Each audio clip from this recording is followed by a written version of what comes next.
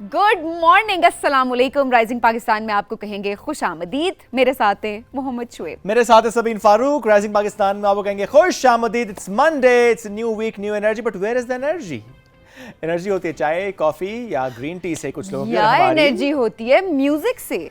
आज बहुत कुछ स्पेशल होने लगा जी हमारे सुबह सुबह म्यूजिक आज बहुत स्पेशल होने लगा। सुबह सुबह हमने कहा एक वाइब क्रिएट करें। आज हमारा दिल है कि हमने कहा हम एक vibe create I like this word हमने कहा। हाँ ना, हमने सोचा हमने सोचा बट वाइब क्रिएट हम करवाएंगे। ये भी एक जरूरी चीज है ना। हाँ। एक प्लेटफॉर्म भी तो प्रोवाइड करना है ना। सही बात आइडिया देना। हमने सोचा कि म्यूजिक के थ्रू जो है वो एक वाइब क्रिएट करेंगे हम। और आज शो में बड़े ही इंटरेस्टिंग एक सिंगर आने वाले हैं और हमने शुएब को आज एक टास्क देना है। शुएब ने सीखना है आज भंगड़ा। चले मुझे टास्क दें, मैं तो सीख भी लूंगा, लेकिन डरे उस दिन से जिस दिन टास्क मैंने आपको दिया। हम एक्सेप्ट ही नहीं करते ऐसे चैलेंज। ऐप पे आज हम पहले ही हार हैंड्स अप पहले से। हम कहते हैं नो, अ बिग नो। क्यों इतनी तंग हो जिंदगी से? जिंदगी से बिल्कुल तंग नहीं हूँ, इसलिए नो कि जिंदगी लोग मेरी जिंदगी को तंग ना करें। अच्छा था। हाँ। अच्छा था, आई लाइक इट। आपके लिए वैसे आज हमने मैं इस मामले में जरा चिल हूं, मुझे फर्क नहीं पड़ता कि but you are good at bhangra Shoaib. Even if I'm not good at bhangra, it's okay. हाँ नहीं, वैसे भी you are good at it ना। I'll try. तो ये भी एक अच्छी चीज है। तो आज अगर आपने शुएब का भंगड़ा देखना है तो जुड़े रहिए हमारे साथ, जुड़े रहिए राइजिंग पाकिस्तान के साथ। और आज का जो टॉपिक है हमारा वो भी ये है कि किस तरीके से आपने क्या भंगड़ा डालना है। भंगड़ा नहीं डालना, let me create something. No, किस तरीके से आपने चैलेंजेस को एक्सेप्ट करना है। ओह वाओ, कि शुएब को हमने आज चैलेंज दिया। For me it was not a challenge, but डरे उस दिन से जब आपको चैलेंज एक्सेप्ट करना पड़ा ना, फिर उस पे एम्फसाइज करूंगा। सी हम एक्सेप्ट ही नहीं करते। लोगों से कहती है एक्सेप्ट करो चैलेंज, खुद कहती है ऐप पे आ जाए। I am a student, I am still learning. Learn मैं एग्जीक्यूट। आई एम लर्नर, मैं अभी सीख रही हूं। कह दो ना, I am a slow learner. Turtle हो तुम? Oh yes, I am a slow learner, you can call me a turtle.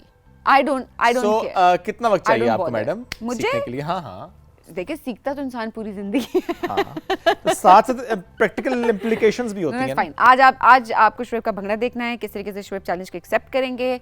और आज एक बहुत ज़बरदस्त पंजाबी सिंगर जो है वो हमें ज्वाइन करेंगे। बट सिर्फ ये नहीं है, अदरवाइज एक बहुत ज़बरदस्त एंटरप्रेन्योर से भी आज हम आपकी मुलाकात करवाने लगे कि किस तरीके से आप दूसरों की मदद कर सकते हैं, किस तरीके से आप अपने पैशन को प्रोफेशन में बदल सकते हैं। सो ये इंस्पिरेशनल स्टोरी भी आज हम आपके सामने। और जो कि बात भंगड़े की और शादी की रिवायत की हुई, तो शादी को कैसे आप बेहतर अंदाज में आगे लेकर चल सकते हैं। शादी करते हुए, शादी से पहले, शादी के बाद किन बातों का ख्याल रखना है, अपनी ज़िंदगी को कैसे आपने बेहतर बनाना है, how to choose a life partner, आज इस पर भी बात करेंगे। और आसपास के लोगों का रोल क्या होता है इस इंस्टीट्यूशन यानी मैरिज पर, इस पर भी बात करनी बहुत ज़्यादा ज़रूरी है, क्योंकि वैसे भी आजकल ना वेडिंग सीजन इज ऑन। तो मंडे वैसे मुबारक हो गया आज, देखें क्या बात है, एनर्जेटिक हो गया है। क्या बात है। तो ये एनर्जी हम आप तक भी पहुंचाएंगे। हम आप तक पहुंचाएंगे energy. I like it again. तो आप मेरे साथ जुड़े रहिए इस राइजिंग पाकिस्तान में, क्योंकि हम आपको लेकर जा रहे हैं एक ब्रेक की तरफ और भंगड़ा ये करेंगे।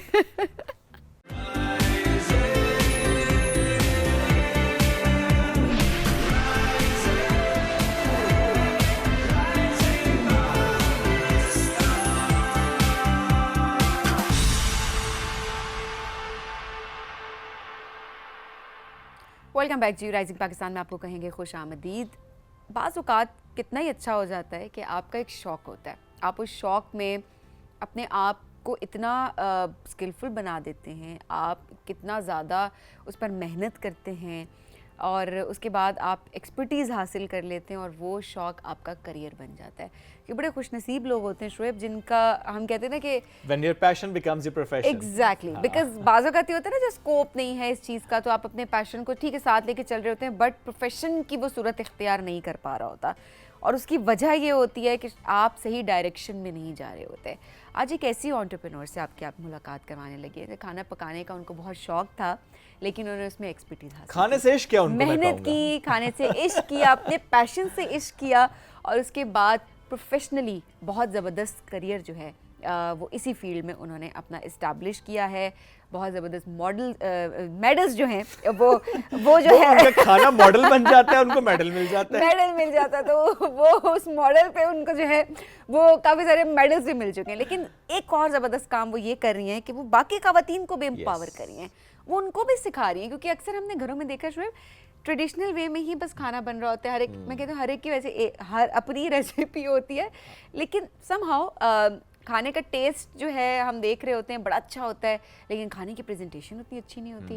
हम कहते हैं अच्छा ये शक्ल से नहीं अच्छा लग रहा। ऑपोजिट भी होता है। अच्छा, प्रेजेंटेशन बहुत अच्छी होती है, टेस्ट अच्छा नहीं होता। हाँ, ओके। लेकिन वो कहते हैं ना सबसे पहले आंखें खाती हैं। लेकिन दोनों चीजें अच्छी होनी चाहिए ना, presentation and taste of course. तो ये जो आपने बात की ना, स्पेशली लास्ट में आपने कहा कि वो सिखा रही हैं, this is something very unique कि आप के अंदर एक स्किल होता है, लेकिन फ्री ऑफ आप कॉस्ट, वो भी फ्री ऑफ कॉस्ट, यानी आप अपने तक नहीं रख रहे हो उसको, आप चाहते हैं, आपकी ख्वाहिश होती है कि नो बाकी भी सीखें, बाकी भी बल्कि सीखें। और समटाइम्स आप एक दूसरे से सीख रहे होते हैं, जब आप सिखा रहे होते हैं आप साथ साथ सीख भी रहे होते हैं। सलमा इरफान साहब ने हमें ज्वाइन की, कुछ अरसे से वो माशाल्लाह इस पर काम कर रही हैं। ख़वातीन की ग्रुप क्लासेस वो अरेंज करती हैं, अपने ही किचन में उनको सिखाती हैं, बताती हैं। आगे चलकर हम आपको वो मॉडल्स भी दिखाएंगे, और जो पिक्चर्स हमने दिखानी ना आपको खाने की, जिस पर उनको मेडल्स मिले हैं। लेट्स वेलकम सलमा इरफान साहिबा। अस्सलाम वालेकुम जी, क्या हाल है? अस्सलाम वालेकुम जी, thank you so much. Great to have you Salma साहिबा। कितना अरसा हो गया आप इस खाने से मोहब्बत, खाने से इश्क के कहानी एक्चुअली को? खाने से इश्क तो शुरू से ही होता है हर किसी को, लेकिन ये है कि आप उसमें थोड़ी सी डिफरेंट किस्म की चेंजिंग्स लाना चाहते हैं। शौक आपको बहुत आगे लेके जाता है। फर्स्ट ऑफ ऑल कि आपका फोकस होना चाहिए, आपके अंदर कितना शौक है, ये चीज़ मैटर करती है। तो मुझे तो खैर बहुत ज़्यादा शौक था, और ये घर की कुकिंग और यकीन करें प्रोफेशनल कुकिंग में बहुत फ़र्क है। Okay 360 degree. ओह तो मुझे ये जब मैं इस फील्ड में आई तो मुझे बहुत सारे चैलेंजेस नज़र आए, बहुत डिफरेंट कुजीन्स मैंने देखी। तो टिपिकली खाने तो हम शुरू से ही खा रहे थे, तो मेरा दिल था कि मुझे कुछ नया करना चाहिए। तो वो इस नए में डिफरेंट कुजीन्स आ जाती हैं। और वो इस तरह हुआ कि मैंने उसमें पूरे फोकस होके किसी एक पॉइंट को मैंने मिस नहीं किया, और मैंने पूरी तरह इसको लर्न किया। और फिर माशाल्लाह ये है कि मुझे डिफरेंट इंटरनेशनल कंपटीशंस में मैंने पार्टिसिपेट किया। हम आएंगे उस पे, किस किस कंपटीशन में और किस किस डिश ने वहाँ पे आपकी किस धाक मॉडल दिखाई। पे आपको मेडल मिला है? यस मेरे ख्याल मॉडल्स दिखाएं जी पहले सलमा दिखाएं, साहिबा हम के model- मॉडल्स दिखाएं जी। वो जो हम डिफरेंट कुजीन्स की बात कर रहे हैं, इसमें डिजर्ट्स भी हैं, जिसमें वो प्लेटर्स भी हैं, वो थाल भी है, और क्या tempting है ये। खूबसूरत प्रेजेंटेशन। पहला मॉडल हाँ, पहला मॉडल जी, फ्राइज हैं। क्या क्या आप, मैं चाहूँगी साथ अपने मॉडल्स को एक्सप्लेन करें। जी, ये फ्राइज़ हैं, साथ में उसके साथ डिफरेंट सॉसेस दिए हुए हैं, और ये शॉर्मा टाइप हैं, मतलब चीज़ें हैं। ये एक डिफरेंट मतलब स्नैक्स टाइप हमने उसको पेश सही। किया है। ओह वाओ जी, ये है रशियन कुजीन, जिसमें ब्रुशेटा, जी तिरामिसू, ब्रुस्टेटा, मोहितो। इटालियन, सॉरी ये इटालियन Italian है, है। टिरामिसू है इसमें, और इसमें हमने अल्फ्रेडो पास्ता और डिफरेंट इसके जो बेवरेजेस हैं वो मैंने इसको प्रेजेंट किया। देखिए अब आपको देख के लग रहा है ना, दिल कर रहा है कि सही कौन बात सी है। वाली डिश आपको। नहीं, मेरा दिल कर रहा है अगर किसी ने छेड़ा इसको मैं छोड़ूंगा नहीं उसको। एग्जैक्टली यही फीलिंग आनी चाहिए। खूबसूरती नहीं खराब होनी चाहिए। जी अच्छा ये कौन सा, अच्छा चलो नेक्स्ट पे आ जाते हैं। पहले ये तो फिश लग रही है। नहीं ये भी चिकन स्टेक्स हैं। ओके, सही। ऑलराइट जी, चेक। अच्छा थोड़ा बताएं कौन सा कंपटीशन। ओह वाओ, इससे पहले कंपटीशन में जाए अगली डिश आ जाती है। बहुत खूबसूरत, और क्या प्रेजेंटेशन है। Wow, presentation must. तो इन कॉम्पिटिशंस में ये जी This looks like sushi, but it's not sushi. ये कुकम्बर बाइट्स हैं, उसकी फिलिंग्स जो हैं ये डिफरेंट किस्म के सॉसेज में की गई है, और इसका फ्लेवर बहुत अच्छा था। इसमें भी मुझे गोल्ड मेडल मिला। वाओ, ओके, क्या बात है। सो ये जो मेडल्स मिल रहे होते हैं आपको, ये प्रेजेंटेशन का कितना जी, हिस्सा ये होता है? टर्किश प्लेटर है। ये तो बहुत ज्यादा लोगों के लिए जी है। जी, ये ज्यादा ये इसी तरह ही बनते हैं। बहुत बहुत बड़ा ब्लेंडर है। अच्छा इसमें शुएब okay, जैसे 2 खा सकते हैं, और मेरे जैसे एक नहीं, कोई एक 4 डबल कर लें। नहीं, मेरे पास बहुत ज्यादा था वो। अच्छा हो गया। हाँ, अच्छा सलमा साहब, ये जो मैं फिर उस पे आऊँगा, जो जितने कॉम्पिटिशन्स होते हैं इसमें प्रेजेंटेशन के कितने मार्क्स होते हैं और टेस्ट के कितने मार्क्स होते हैं?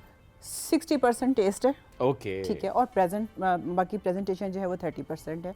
लेकिन ये है कि प्रेजेंटेशन इसी तरह, जैसे ये फ़र्ज़ करें कोई भी डिश में बनाई है, पाकिस्तानी ही है, जैसे ये अभी जैसे मुतंजन की पिक्चर आई है, अगर वो आपको अट्रैक्ट करेगा, उसमें कलरफुल राइस हैं, उसमें बहुत कुछ चीज़ें हैं, लेकिन इसी तरह मैं आपको पेश करूँगी, मे भी आपका दिल ना करे, लेकिन अगर उसकी प्रेजेंटेशन में बहुत अच्छी करूँगी तो वही वाली बात जैसे अभी दिल आपने वैसे कहा, कर जाएगा, हमारा कर अच्छा जाएगा। जिस तरह आपने अभी कहा है कि पहले आंखें खाती हैं, हाँ। ठीक है, पहले आपको वो चीज़ अट्रैक्ट करती है, देन बिल्कुल। आपका टेक्सचर। अच्छा, मुझे सबसे चीज़ जो अच्छी लगती है कि जब भी मेरी फूड टेस्ट हुई है, या ज्यूरीज आते हैं या जजेस आते थे और उसको टेस्ट करते थे, जब उनके एक्सप्रेशन है ना वो जो वाओ वाले हैं ना, देन आई रियलाइज आपने कि कहा ये medal अब हो गया। मैं सेटिस्फाई हूँ कि अब मुझे कुछ ना कुछ अच्छे रिमार्क्स खाने मिलेंगे। की खुशबू कितना इंपॉर्टेंट रोल प्ले करती है। टेक्सचर, फ्लेवर, सीजनिंग, ये आपको खुद ही अट्रैक्ट Yes. करती है कि ये इस किचन से बड़ी, इस स्टेशन से बड़ी अच्छी खुशबू आ रही है। बिल्कुल, उसमें भी सही। स्पेशली आई थिंक राइस का अगर कोई एलिमेंट है बीच में, वो कुजीन है, तो उसकी एक अपनी खुशबू होती है फिर। एग्जैक्टली ऐसे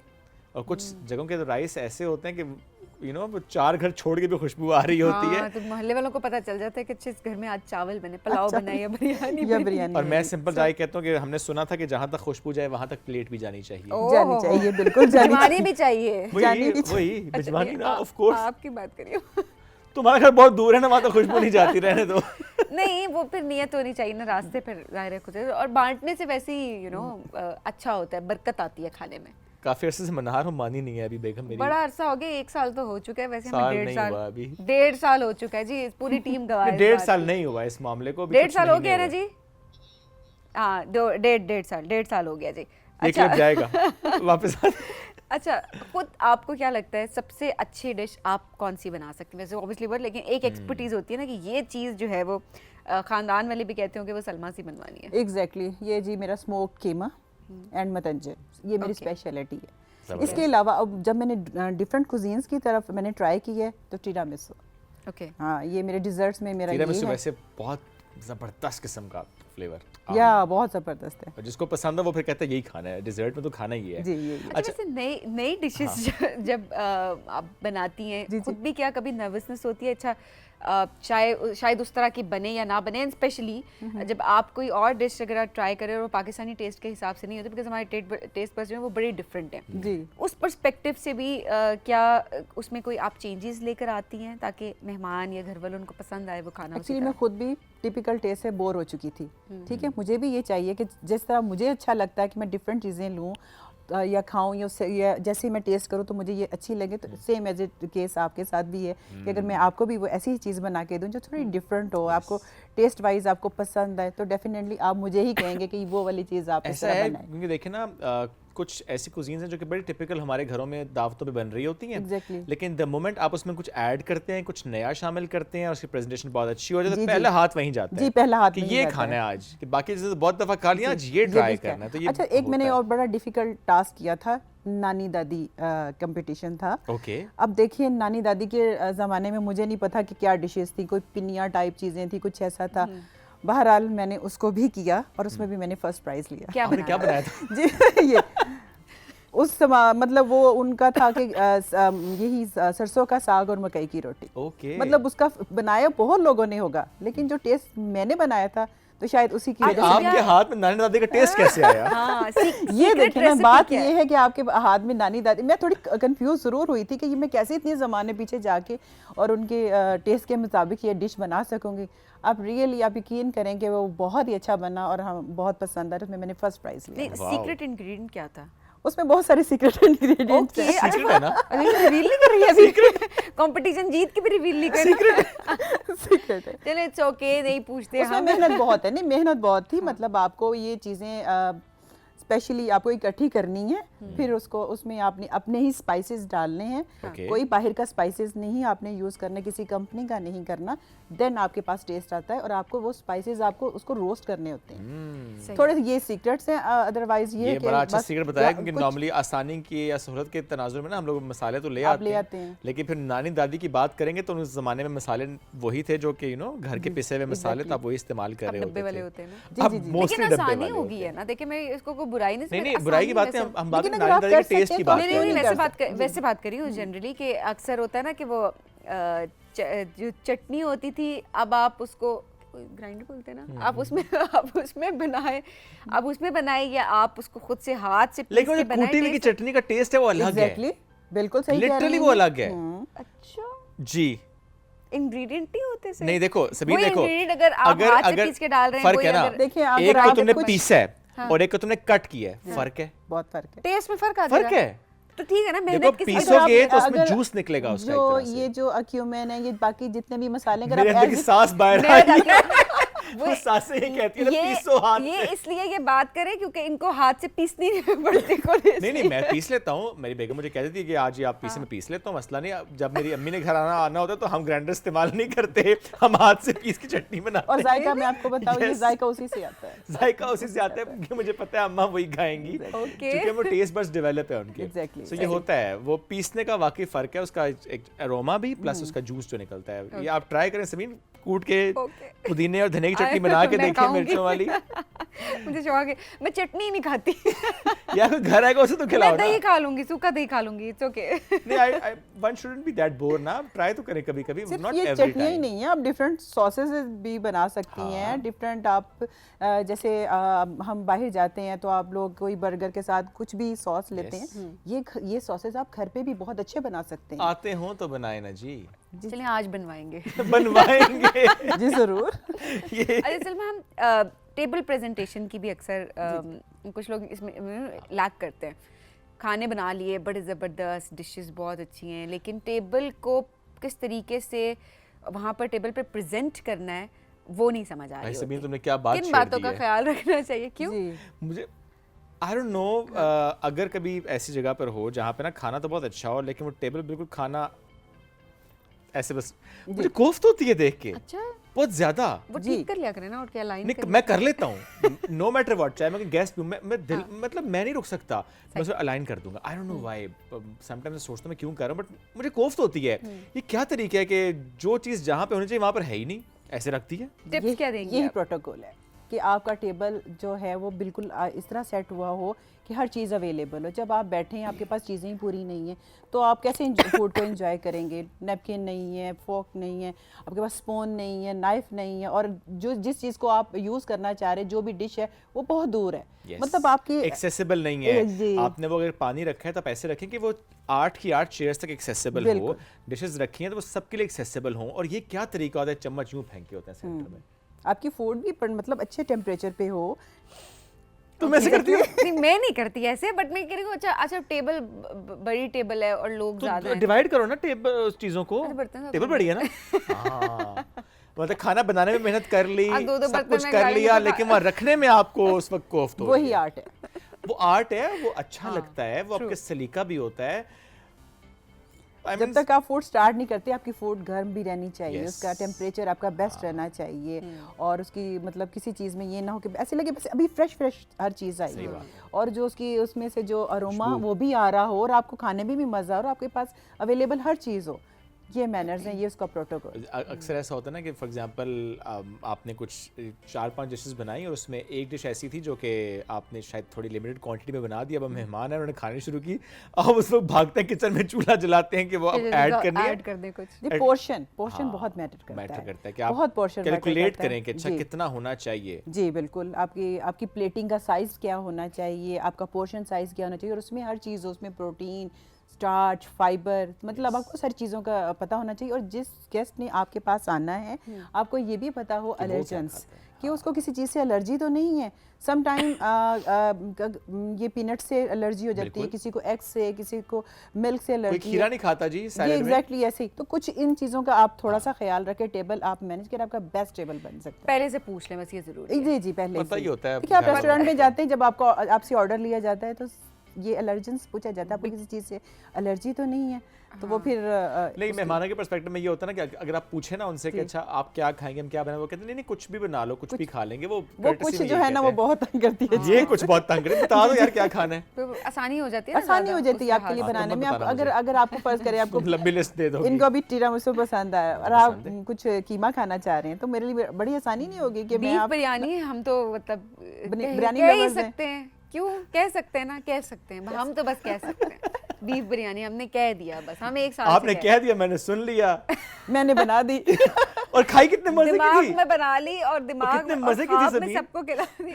वेरी टेस्टी। सैलेड कितना अच्छा था साथ, 10 एंड by 10। सॉसेस और presentation on the table, wow. Oh 10 by 10, 10 by 10। अब तिरामिसू हो जाए क्योंकि उसके बाद मीठा भी तो खाना है ना। बिल्कुल ऐसा ही है। अच्छा सलमा, अभी जो आप स्टूडेंट्स को सिखा रही हैं, मैं जी। स्टूडेंट्स से कहूँगी बिकॉज ऑब्वियसली वो जी। सारी आप सीखने आते हैं, हाँ। सीखने आ रहे होते हैं सारे। थोड़ा सा बताइएगा कैसे इनरोल होती हैं, कैसे ख़वातीन आपसे कांटेक्ट कर सकती हैं, क्या प्रोसेस होता है? एक्चुअली मेरे अपने ग्रुप्स हैं, मेरी मतलब जो कम्युनिटी में है सब मेरे मुझसे कांटेक्ट करते हैं, ठीक है। और उन्होंने मेरे ये उनको सबको पता है कि मैं एक प्रोफेशनल शेफ़ हूँ और एक्चुअली उनकी कुकिंग में और मेरी कुकिंग में बहुत फ़र्क है। तो जब मैंने मतलब उन्होंने मुझसे कुछ रेसिपीज़ ली या मैं मुझसे ट्रेनिंग लेना चाह रही थी, जब मैंने उनकी मैंने कुकिंग देखी कि उनमें क्या मतलब प्रॉब्लम्स हैं, सही है। तो फिर मैंने उनको गाइड किया कि आप सबसे पहले कि देखें हाइजीन का ख्याल करना है आपको हर तरह। और उसके बाद जब उन्होंने कुकिंग की उसमें बहुत मतलब फिनिशिंग नहीं थी, तो वो इस चीज़ की मैंने उन्हें ट्रेनिंग दी, उनको हाइजीन, फूड सेफ्टी, ये सब चीज़ें बताई। इस फॉर एग्जांपल मेरी एक जानने वाली थी, उन्होंने बेकिंग का थोड़ा सा मतलब सीखा हुआ था। वो जब केक बना के मेरे पास लाई हैं तो वो चीज़ वो नहीं थी जो एक प्रोफेशनल टच जिसको कहा सही। जाता है, उसमें मैंने उनको गाइड किया। देन वो गई किसी बेकरी के पास और उनको इस तरीके से जब मैंने उनको बना के भेजा तो वो माशाल्लाह अब वो ऑर्डर ले रही हैं। जबरदस्त। जी। दैट मींस कि बहुत सी खवातीन जो घर बैठकर काम जी, करना चाहती हैं, करना चाहती किचन के हैं। थ्रू जी। ऑनलाइन फूड डिलीवरी सर्विस का इस्तेमाल करते हो, तो बिल्कुल। आपसे सीख कर वो एक नए लेवल पर जा सकती जी, हैं। ज़्यादा वैसे उनके प्रॉब्लम्स अफोर्डेबिलिटी के भी हैं कि मतलब सब एकदम एक बहुत लेवल पे नहीं काम शुरू कर सकते। तो बस ये है कि मैं उनके लिए फिर ये वाला हाँ उनकी हेल्प करती हूँ कि आप कम से कम एक स्टेप तो लें, मतलब आप जो बना सकती हैं उसको बनाएं और घबराएं नहीं, मतलब ये और अपना सीखना बंद नहीं करें कि ये देखें हाय मैं ये नहीं कर सकती, मुझसे नहीं ये होगा, ये इसमें बहुत मतलब चाहिए मनी होगी। अब वैसे सलमा साहब में क्यों इतना इसमें फाइनेंशियल इन्वॉल्वमेंट? देखें, अगर आपने एक डिश से भी स्टार्ट करना है और घर से स्टार्ट करना है, आई मीन आप बिल्कुल 3-4 सर्विंग से भी स्टार्ट कर सकते देखिए हैं। वो घबराती हैं, स्टार्टअप से घबराती हैं। हालांकि इसमें इतने पैसे इन्वॉल्व नहीं नहीं होते। है, नहीं है, बिल्कुल नहीं। और दूसरा मैं तो ये भी कहूँगी कि प्लीज़ मैं तमाम हस्बैंड से ये कहूँगी कि उन्हें अप्रिशिएट करें, उनके अंदर स्किल्स हैं। मुझे भी तो मेरे हस्बैंड ने बहुत ज़्यादा सपोर्ट किया है, मतलब मैं अगर यकीन करें कि अगर उनका सपोर्ट ना होती तो मैं आगे नहीं जा सकती थी। मुझे अप्रिशिएट किया गया बहुत ज़्यादा, मेरी बेटी ने मुझे बहुत अप्रिशिएट किया है। माशाल्लाह। मतलब कि वो जैसे ये अब ये जैसे इनके मसले मसाइल हैं कि ये कैसे मैनेज करेंगी सारी अपने अकाउंट्स को, तो मेरी बेटी फिर अकाउंट्स फाइनेंस उनका सारा सेटअप Manage कर करके लेती है, देती हैं, वाह। मैनेज करके देती हैं। इसलिए उनके लिए ये फिर बहुत आसानी हो गई कि वो किस चीज़ को किस तरह करना ये ज़रा चाहिए। घर की सपोर्ट इम्पोर्टेंट एग्जैक्टली है। तो वो लोग करना शुरू किया हुआ है, मतलब मैं एक अरसे से ये उनको गाइड कर रही हूँ इस चीज़ पे। तो यही मेरा है कि मैं ज़रा जहाँ तक हो सके उनकी हेल्प कर दूँ। अभी तक कितने खवातीन को ट्रेन कर चुकी हैं आप? जी मंथली मैं ग्रुप वाइज करती हूँ, ठीक है। 6-7 हर ग्रुप में होती वो हैं। डेली आते हैं फिर वो लोग? डेली मंथली मतलब मंथ में पूरा 6-7 को पूरे मंथ मुझे वही ना, train- पूरा मंथ वो डेली जी आएंगे। उनको करते हैं, फिर नेक्स्ट मंथ आ जाती हैं, फिर कोई कुछ और उनके लिए होता है, फिर वो दोबारा से किसी और चीज़ के लिए आ रहे होते हैं। तो ये सिलसिला एक और चल ये रहा फ्री है। ऑफ कॉस्ट है? कोई जी फ्री ऑफ involved? कॉस्ट है, इसीलिए तो मैंने उनके लिए ओपन डोर है। तो चलें, ये तो वैसे आप खुद कैसे फिर टाइम इतना मैनेज करती है? बिकॉज ऑब्वियसली एक मोटिवेशन भी चाहिए जी, होती है जी। कि कहीं पर आपके पास कोई इंसेंटिव आपको मिल रहा है and all that, so how do you manage? इस तरह मैं इस तरह मैनेज करती हूँ कि मुझे जब मैं अपने ये प्रोफेशनल पूरा कंप्लीट कर चुकी हूँ, अब मुझे ये है कि मुझे इनके लिए करना है, तो फिर टाइम मैनेज तो आपको करना पड़ता है। सबसे पहले मैंने सीखा ही यही है, टाइम मैनेजमेंट। सही। ठीक है, जब आप उनके लिए टाइम निकालते हैं तो फिर जाहिर आपको पहले अपना टाइम मैनेज खुद करना पड़ता सही है। बात है, लेकिन देखें ना, आप घर का सेटअप time- पहले सेट किया। हाँ, प्लस आप एग्जैक्टली उनको सिखा रही हैं, फिर आप अपना काम भी जो जी, कर अपना रही भी हैं, कर रहे ऑर्डर्स हैं। भी ले रही होती हैं, तो वो जो ऑर्डर्स आ रहे होते हैं उसमें कभी ऐसे होता है कि आप सोचती हो कि ऑर्डर ज़्यादा आ गया, क्लास स्किप कर देती हैं? वो तो मेरे लिए एक टारगेट है एक टास्क है कि अगर आगे नहीं क्लास मिस नहीं कर सकती, ये मेरा पैशन है, इसमें मैं बहुत फोकस हूँ। मतलब मैं उधर से थोड़ा सा कर सकती हूँ, लेकिन मुझे जो सीखना है, सीखने का अमल कभी ख़त्म नहीं होता है, ये हमेशा चलता रहता है। जी मुझे ये है कि मुझे अभी और भी सीखना है। जैसे मेरे अब प्लान्स में है कि मुझे हेल्दी फूड, यूथ के लिए हेल्दी फूड पे काम करना है। बहुत अच्छी सोच है जी ये भी। बिल्कुल, क्योंकि बहुत हमने टिपिकल चीज़ें खा ली, बहुत जंक खा लिया, थोड़ा बच्चों को ज़रा इस साइड पे भी आना प्लस आई चाहिए। मीन अब अवेयरनेस बहुत बढ़ चुकी है, हेल्थ Exactly. इश्यूज हमारे सामने आ चुके हैं, जिसमें जैसे आप डॉक्टर के पास जाते हैं फ़ौरन से बताता है कि आपने ये नहीं खाना, ये नहीं खाना, और ये इस तरीके से नहीं इस खाना, तरीके और से। ये इस टाइम पे नहीं खाना, जी और इतना ज़्यादा नहीं खाना। तो फिर आप गाइड कर रहे होते हैं। वेजिटेबल पे फोकस नहीं है हमारे बच्चों का, ठीक है, तो उन्हें यूथ को बच्चों का, हमें थोड़े help- बड़े बच्चों का भी इतना जी। खास फोकस ओह नहीं आई रहा। Love vegetables. टिंडे पसंद है ना? मुझे टिंडे पसंद है, मैं बनाए नहीं खाती कभी हूँ। तुमने? मैं टिंडे बना वो अलग बात है, लेकिन मैं खाती हूँ, मैं आई लव वेजिटेबल्स। यही वेजिटेबल अगर मैं आपको डिफरेंट वेज में बना के दूं तो आप डेफिनेटली देखिए खाएंगे। टेस्ट का भी किस तरीके से बना हुआ है वो भी बहुत मैटर करता है exactly। उस लिहाज से, टेस्ट के हिसाब से है कि नहीं। जी। बट आई थिंक अब तो शायद जो हमारी जनरेशन है उसको, अब हमें तो वैसे टेस्ट ज़्यादा होता है कि जो हेल्थ बेनिफिट्स हैं उनको Yes। अब मैं वो कहती हूँ अब हमारी बॉडी मेच्योरिटी की एज आ बताती गई है है। कि बस ये खाओ। ये अब वाकई ऐसा होता है कि अगर मैं एक बर्गर खा लेती हूँ बाहर का तो मुझे गिल्ट होना शुरू हो जाता है कि मैंने क्यों खाया, अच्छा अब इसके हेल्थ पे क्या इसका बर्गर इम्पैक्ट इज होगा। हेल्दी आई थिंक, अगर आप अच्छा बर्गर खा रहे हैं, घर का बना हुआ बीफ बर्गर खाएं, इट्स हेल्दी। हाँ वही ना, घर का बना के घर का अगर घर का बना हो तो हाँ बाहर घर का, बना तो हो बाहर से तुमने क्यों खाना है? बाहर का बना हो तो एक अलग बात होती वैसे है। बाहर का भी क्यों इतना अनहेल्दी होता है? वो ब्रेड की वजह से एंड देन प्रोसेस्ड मीट उसके अंदर यूज हो रहा होता है ना, सो वो उसकी वजह से वो अनहेल्दी कंसीडर होता है ना। तो घर में कहाँ से बन बनाएंगे, वो तो बाहर से ही आएंगे ब्रेड। ब्रेड, लेकिन कम से कम जो आप उसका पैटी बनाएं। बना रहे हैं, जी आप घर बना सकते हैं। घर बनाए जी, बन भी घर बनाए, पैटी भी उसकी घर बनाए, एग्जैक्टली। और सारे तो आप डालेंगे और सॉस भी घर की सीजनिंग होगी। आप करें और सॉसेस बनाएं, बिल्कुल आप बहुत हेल्दी बर्गर जो आप enjoy healthy beef burger at home. Exactly. क्या थैंक यू बात सो मच सलमा, बहुत Thank you शुक्रिया so प्रोग्राम में much। ज्वाइन करने के लिए। और बहुत अच्छा है कि आप जिस तरह खुद इतनी मोटिवेटेड हैं, आप बाकी खवातीन को भी मोटिवेट करें, एंड आई एम श्योर ये सफ़र जो है वो जारी रहेगा आगे। इंशाल्लाह। नाज़रीन हम बढ़ेंगे एक ब्रेक की जानिब, स्टे विद अस।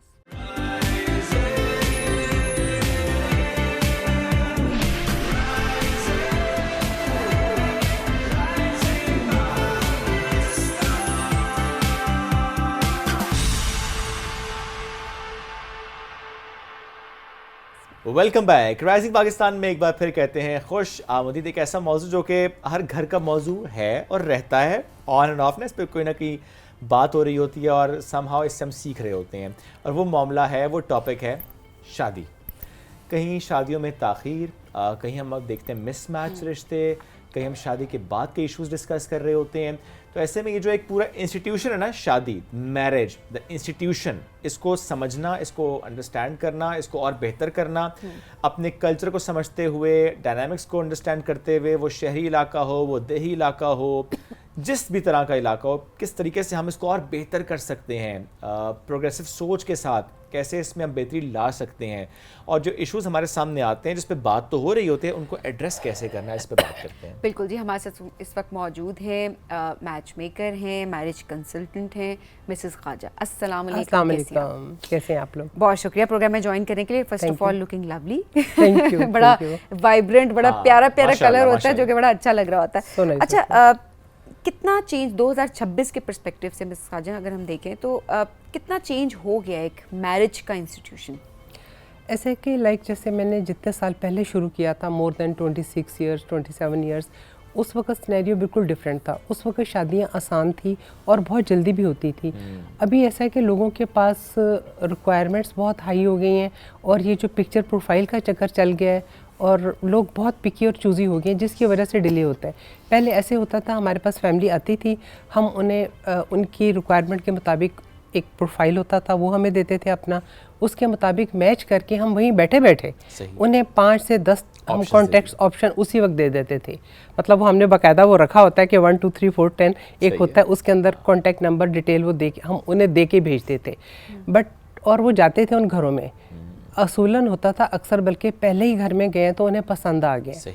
बाज़ औक़ात कुछ लोग 8-10 देख के भी कहते थे है तो इनमें से 3-4 अच्छे हैं, बट ये कि हम चाहते हैं कि 2-3 और देख लें। वो अपनी लेवल होता है ना सेटिस्फेक्शन का। तो उस ज़माने में बड़ा आसान था, लोग प्रोफाइल देख के, और जो हमारे पास हार्ड कॉपीज़ होती थी पिक्चर्स की, वो देख के जाते थे, उसमें बहुत जल्दी हो जाता था। अब ऐसा है कि एक प्रोफाइल जाता है तो पूरी फैमिली उन्हें देखती है, मतलब सारे घर वाले 2-3 दिन लगा के एक एक टॉपिक को, घर की डिटेल देखते हैं, फिर बच्ची या बच्चे की पिक्चर्स को जूम कर करके देखते हैं, फिर डिस्कस करते हैं, फिर उसके बाद जवाब देते हैं। और यही आजकल मुश्किल और डिले होने की रीजंस भी हैं। क्योंकि मतलब पेरेंट्स करते हैं, चाहे वो बेटी या बेटा, हमसे 5-7 प्रोफाइल मंगवाए, सारे जैसे वो नहीं होते उनके आगे रख दिए, बस वो उनमें से 1 बाय 1 देख रहे हैं, इसमें ये नहीं है, उसमें वो नहीं है, जिसकी वजह से डिले होता है। हालांकि ये डिसीजन पेरेंट्स का अपना एक एक्सपीरियंस होता है, उन्होंने ज़िंदगी गुजारी होती है, वो मेन चीज़ें देख के डिसाइड कर सकते हैं कि क्या बेहतर है क्या नहीं बेहतर है। बट जब वो बच्चों पे छोड़ते हैं तो फिर वो डिले होते हैं, और बच्चे आजकल बहुत ज़्यादा चूज़ी हैं, पिकी हैं। लड़के भी और लड़कियां भी सेम, ये नहीं कि लड़कियां हैं या लड़के नहीं हैं, दोनों बहुत चूजी हैं। मतलब लड़कियां भी गुड लुकिंग लड़के के अलावा बात नहीं करती। हालांकि मैं कहती हूँ लड़के की ब्यूटी इतनी मैटर नहीं करती, लड़के की एजुकेशन, उसकी फैमिली, उसका बैकग्राउंड और उसकी बाकी सब चीज़ें मैटर करती हैं। फाइनेंशियल स्टेबिलिटी हो उसकी, मतलब लुक्स में अच्छा हो तो ये एक आपका प्लस पॉइंट हो जाता है। हाँ, अलबत्ता लड़की का खूबसूरत होना ज़रूरी है, लेकिन ये है कि लड़के में ये एक्सक्यूज़ किया जा सकता है। जी, जो ज़रा बेहतर शक्ल की लड़कियाँ होती हैं वो लड़कियों को भी एक्सेप्ट नहीं करती। अच्छा मिसेस खाजा, क्या इसमें एक वजह ये भी है, लड़कियों के पर्सपेक्टिव से भी और लड़कों के पर्सपेक्टिव से भी एक डर है मैरिज को लेकर, और that is one of the reason of delaying the marriage कि नहीं अभी नहीं, थोड़ा ये कर लें, करियर को पॉज ना लग जाए कहीं, चीजें रुक ना जाए कहीं, या पता नहीं क्या होगा, फ्रीडम खत्म हो जाएगा, डिपेंडेंट हो जाएंगे। इसका रीज़न ये है कि आजकल लड़कियां भी लड़के भी रिस्पॉन्सिबिलिटी से घबरा रहे हैं कि शादी के बाद आपकी रिस्पॉन्सिबिलिटीज़ बढ़ जाती हैं, आपको स्पाउस की जिम्मेदारियां, जैसे लड़के इंडिपेंडेंट अपना दोस्तों के साथ आना जाना, अपनी जॉब, अपनी रूटीन, जब एक बीवी आ जाएगी उसे पता है कि मेरी लाइफ स्ट्रिक हो जाएगी या मुझे उस पर स्पेंड करना पड़ेगा, मुझे उसके साथ हर चीज़ शेयर करना पड़ेगी। कुछ लोग शेयर भी नहीं करना चाहते, उसे अपना रूम शेयर करना पड़ेगा, बाथरूम शेयर करना पड़ेगा, हर चीज़ शेयर करनी पड़ेगी। कुछ लोगों में ये एक्सेप्टेंस भी नहीं होती, जिस वजह से डिले करते हैं। और लड़कियों को भी होता है कि हम अपना कैरियर बना लें, अपना फ्यूचर बना लें, या सम टाइम उन्होंने अपनी किसी फैमिली में कोई बैड एक्सपीरियंस देखे होते हैं, अपने घर में अपने फ्रेंड्स के देखे होते हैं, या बाज़ औक़ात लड़कियों को उनकी कोई ऐसी फ्रेंड्स होती हैं जो खुद तो बड़ा हैप्पीली रह रही होती हैं, बच्चे भी हो गए, उन्हें शादियों से डराती रहती हैं कि शादी कभी ना करना, ये होता है वो होता है, लेकिन खुद अपनी बड़ी हैप्पी लाइफ गुजार रही हैं, अपने बच्चे भी हैं।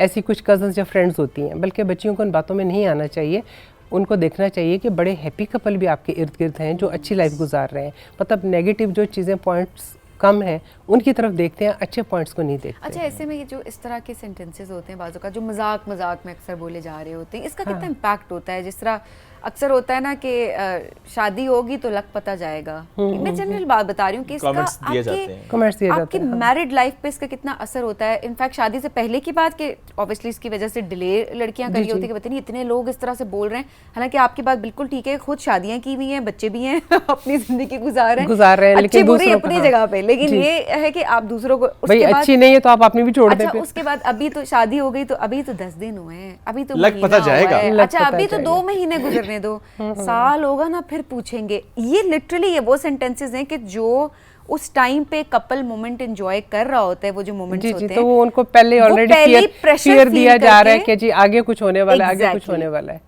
सो इसका कितना बुरा असर होता है एक शादीशुदा कपल के ऊपर? ये देखिए, जो आपके इर्द गिर्द नेगेटिव लोग होते हैं ना, वो नेगेटिविटी फैलाने से बाज नहीं आते। इसलिए आप आपकी ज़िंदगी में जब आपको अंदाज़ा हो जाए कि ये लोग आपकी ज़िंदगी में नेगेटिविटी फैला रहे हैं या आपको हर बात में नेगेटिव करते हैं कि तुम ये नहीं कर सकोगी, तुम ये नहीं चला सकोगी, तुमसे ये होगा ही नहीं, ऐसे लोगों से दूर हो जाएं। ऐसे लोगों के साथ रहें जो आपकी कोई चीज़ देखें, भाई अभी नहीं हुआ तो फिर हो जाएगा, इस दफ़ा नहीं पास हुआ तो अगली दफ़ा हो जाएगा, इस दफ़ा बेटा नहीं हुआ तो अगली दफ़ा हो जाएगा। आप अपने इर्द गिर्द पॉजिटिव लोगों को रखें, नेगेटिव लोगों को अपनी ज़िंदगी से निकाल दें। बिल्कुल सही बात है। अच्छा, तो जी ये लोग कहते हैं ना कि आगे देखना, उनसे बात करना छोड़ दें, उनसे बात करना छोड़ दें, डिस्टेंस मेंटेन करें। नहीं, अच्छे लोग भी मिल जाएंगे आपको, बड़े अच्छे लोग मिल जाते हैं। एक अकेला अच्छा है 10 बुरे लोगों से। बेशक ऐसे ही है, लेकिन तभी तो that's how we are going actually. अच्छे लोग हैं तो चीज़ें चल भी रही हैं। एक अच्छी शादी के लिए या अच्छा घर बसाने के लिए लड़की की माँ और लड़के की माँ, दोनों माँओं का कितना इंपॉर्टेंट रोल होता है? माँओं का देखिए बहुत ज़्यादा जो है ना इम्पॉर्टेंट रोल है, चाहे वो लड़की की मदर है चाहे वो लड़के की मदर है। अब जैसे बच्चियाँ शादी करके नए घर जाती हैं, उन्हें कुछ छोटी सी बात फील होती है कि मुझे मेरी नंद ने कहा कि ये ड्रेस पहनो, या मुझे उसने कहा कि ये करो, वो छोटी छोटी बात माँ से डिस्कस करती है। माँ अगर पॉजिटिव होगी तो उसे कहेगी कोई बात नहीं बेटा, आज तुम उनकी पसंद का पहन लो, कल अपनी पसंद का पहन लेना। हर छोटी छोटी बात जब बच्चियाँ माँओं को बताती हैं और माएँ आगे से नेगेटिव फीडबैक देती हैं तो घर ख़राब होते हैं।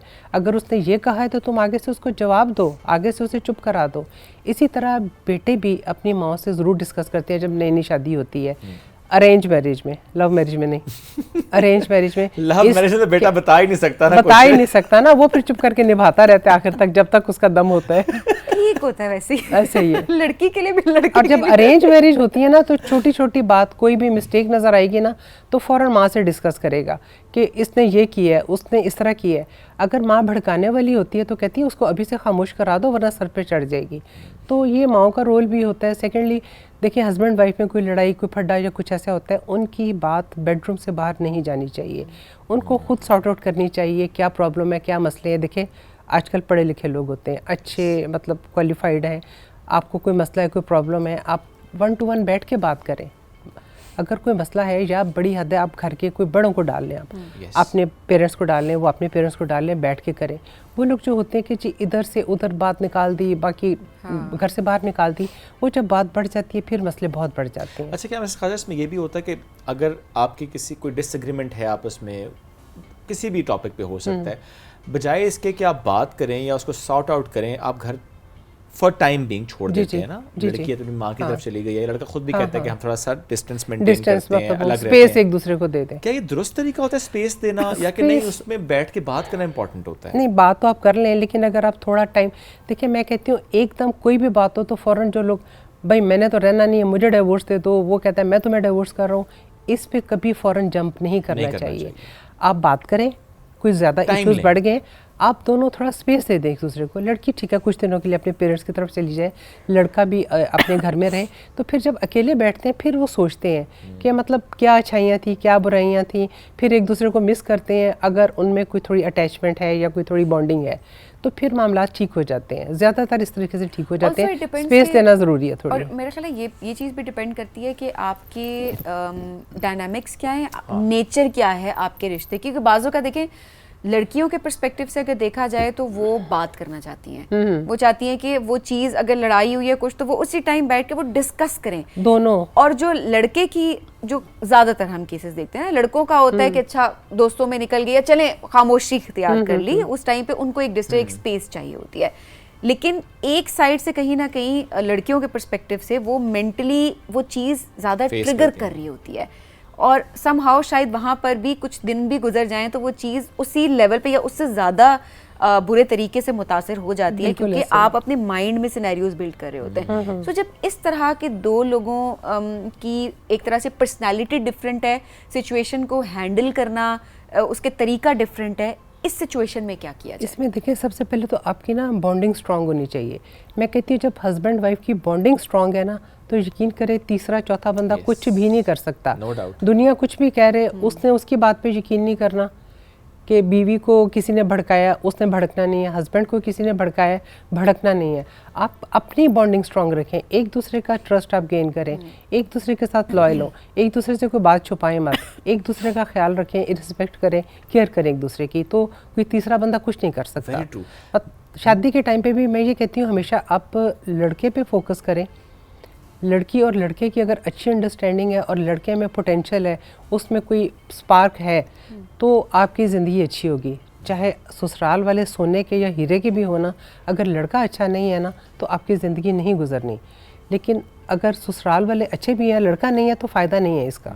अच्छे लड़के की, अच्छे शौहर की क्या क्वालिटीज़ हैं, कैसे डिफाइन करें कि ये अच्छा मर्द है? सबसे पहली बात तो देखें, एक लड़के ने जो अपने घर में माहौल देखा होता है, अपने माँ बाप की जो लाइफ उसने देखी होती है, अगर उसने अपनी सारी ज़िंदगी देखा है कि माँ बाप की फ़ाइट होती रही है, बाप अब्यूज़ करता रहे माँ को, माँ वो यही पिटती रही करेगा। है, माँ अब्यूज़ होती रही है, उसको कहीं ट्रेनिंग की ज़रूरत ही नहीं है, उसको घर में ट्रेनिंग मिल गई है, उसने भी डेफिनेटली अपनी फैमिली के साथ यही करना है। और जिन लड़कों ने देखा है कि उनके फादर ने उनकी माँ को क्वीन बना के रखा है, या रिस्पेक्ट दी है, या घर के डिसीजंस में उसकी राय ली है, या किसी भी मामले में उसको इम्पोर्टेंस दी है, तो लड़का अल्टीमेटली अपनी जब वाइफ लेके आएगा, उसकी बीवी आएगी, उसके साथ भी वही रखेगा, उसके भी वही रिस्पेक्ट देगा। ये आपको ऑटोमेटिकली घर से आपको मिल जाती है ट्रेनिंग। बाकी वो अलग बात है, कुछ बच्चों की नेचर अलग होती है, लाइक दो भाई हैं या हाँ, दो दोनों की बहनें different हैं, हो सकती है। दो डिफरेंट भी हो सकती हैं। मतलब लोग कहते हैं बेटी माँ पे जाती है, भाई 5 बेटी हैं, कोई फूफी पे जाएगी, कोई खाला पे, कोई बाप पे जाएगी, और कोई किसी पे भी नहीं जाएगी, कोई किसी कोई पे अपने भी आप नहीं- पे होगी। हाँ, तो ये है कि मतलब हर बच्चे की अपनी पर्सनैलिटी भी ऐसे होती ही है, किसी की भी different तरह चीज़ से आप ले सकती सीखने है। का होता है ना, कोई किसी से जल्दी चीजें सीख लेता है, कोई नहीं सीखता। बिल्कुल ऐसा ही है, पर्सनालिटी क्योंकि माँ बाप का देखिए घर माहौल तो ट्रेनिंग सबके लिए एक है ना। हाँ। वो तो सबके लिए एक तो है, किसी लेकिन का ऑरा स्ट्रांग वो क्या होता है, किसी पिक का करता है, नहीं वो होता। दूसरा क्या पिक करता है, और कुछ उसके अंदर अपनी क्या चीज़ें हैं। ऐसे ही है अपने, ज़रा आप घर पे भी नहीं है ना, आप बाहर भी जा रहे होते हैं, दोस्त भी होते हैं ऐसे ही आपके, एनवायरनमेंट होता है, आप उससे सीख रहे होते हैं। मिस मैच शादी कौन सी होती है जो आपने शादियां आप देखी हो जिसके बारे में आप खुद कहते हो कि ये मिस मैच शादी थी? मतलब हम मिस मैच तो नहीं करवाते, हमारे पास नहीं, असल आप नहीं कराते, कपल्स आते हैं जो लेकिन आप मिस जब मैच देखती होते हो, हैं। हाँ, जो आपको लगता है कि मिस मैच मिस मैच है। मतलब देखिए पहले जब हमारे दौर से भी थोड़ा पहले के जब शादियां होती थी ना, उस वक्त सिर्फ ख़ानदान में इस ख़ानदान में एक लड़की है, उस ख़ानदान में एक लड़का है, तो बस इनकी शादी करनी है। नहीं देखना दोनों की एजुकेशन में कितना फ़र्क है। लड़का PhD बाहर का पढ़ा हुआ, लड़की ने स्कूल की शक्ल नहीं देखी। लड़का 6 फुट से भी लंबा, लड़की की 5 फुट से भी ऊपर हाइट नहीं है। मतलब लेकिन फिर भी उनकी शादी हो जाती थी, और यकीन करें इतनी अच्छी निपटी थी, उन्होंने इतने अच्छे बच्चे रेज़ किए, इतने अच्छी बच्चों को एजुकेशन दी, तरबियत दी, घर का माहौल अच्छा रखा, मतलब मिस मैच होने के बावजूद। लेकिन आजकल मिस मैच क्या है शादी, अव्वल तो पहले मानते नहीं है कि एज गैप 2-4 साल से ज़्यादा ना हो। मतलब जो हमारे थ्रू करते हैं, अपने थ्रू अगर अपनी उसे अपनी चॉइस से कोई कर ले तो वो तो 15 साल 20 साल बड़े बंदे से भी कोई कर लेता है, या अपने से 50-60 साल के बंदे कहते हैं जी हमें 20 साल की लड़की मिले, बट वो हम प्रोवाइड नहीं कर सकते, हमारे पास ऐसे ऑप्शन नहीं है, क्योंकि लोग ऐसी चॉइस मतलब देते भी हैं ना अगर, तो हम इसको फुलफ़िल नहीं कर सकते। मिस मैच ये होगा कि अगर बच्ची की उम्र बहुत कम है, 20 साल है, 22 साल है, बंदा 50-60 साल का है, ये मिस मैच है। बाज़ औक़ात लड़की शादीशुदा है, डिवोर्स है, विडो है, उसके 2-3 बच्चे हैं, यंग लड़का उससे शादी कर लेता है अपने किसी मुफाद के लिए, या अपनी किसी मतलब जैसे कोई सिटीज़न है ख़ातून, या कोई बड़ी लैंडलॉर्ड बेवा है, उससे शादी कर लेगा कि चलो जी मेरा काम चलता रहे। लेकिन वो एक टाइम तक चलेगा, जो ही वो अपना सेटल हो जाएगा वो उसको छोड़ेगा, अपनी दूसरी शादी करेगा। ये मिसमैच शादी है। दूसरा, ये एक इंतहाई अलमी के साथ हमारे जो बच्चे यूरोप जाते हैं, यूरोप जाके वो करेंगे किसी ऐसे खातून से शादी को तैयार हो जाएंगे जिसके 2-4 ब्रेकअप, 2-3 डिवोर्स, 1-2 बच्चे, या कुछ भी हुआ, उस उम्र से भी बड़ी हो, उससे शादी को तैयार हो जाएंगे। सिटीजनशिप चाहिए पाकिस्तान में उससे अनमेरिड लड़की चाहिए, शर्मीली लड़की चाहिए। पाकिस्तान में क्राइटेरिया उनका बिल्कुल डिफरेंट है, लेकिन यूरोप जाके शादी करने के लिए इन सारी चीज़ों को इग्नोर करते हैं। क्या ये भी मिसमैच शादी होती है जहाँ पे एक लड़का तालीम याफ्ता नहीं है, ठीक है, वेल ऑफ है, मे बी बिजनेस करता होगा या फैमिली बिजनेस होगा, पर पढ़ा लिखा नहीं है, हाँ, लेकिन वेल ऑफ है, और ख्वाहिश ये है उसकी और उसकी फैमिली की डॉक्टर बहू चाहिए। अब वो पढ़ी लिखी लड़की लेके तो आप घर आ रहे हैं जो कि करियर फोकस्ड है, करियर ओरिएंटेड लड़की है, जिसने बहुत मेहनत से ना सिर्फ MBBS बल्कि पार्ट 1 पार्ट 2 स्पेशलाइजेशन की है, बहुत मेहनत की है उसने, और अच्छा खासा उसमें आप आपकी एनर्जी लगी होती है। क्या ये शादी मिसमैच होती है?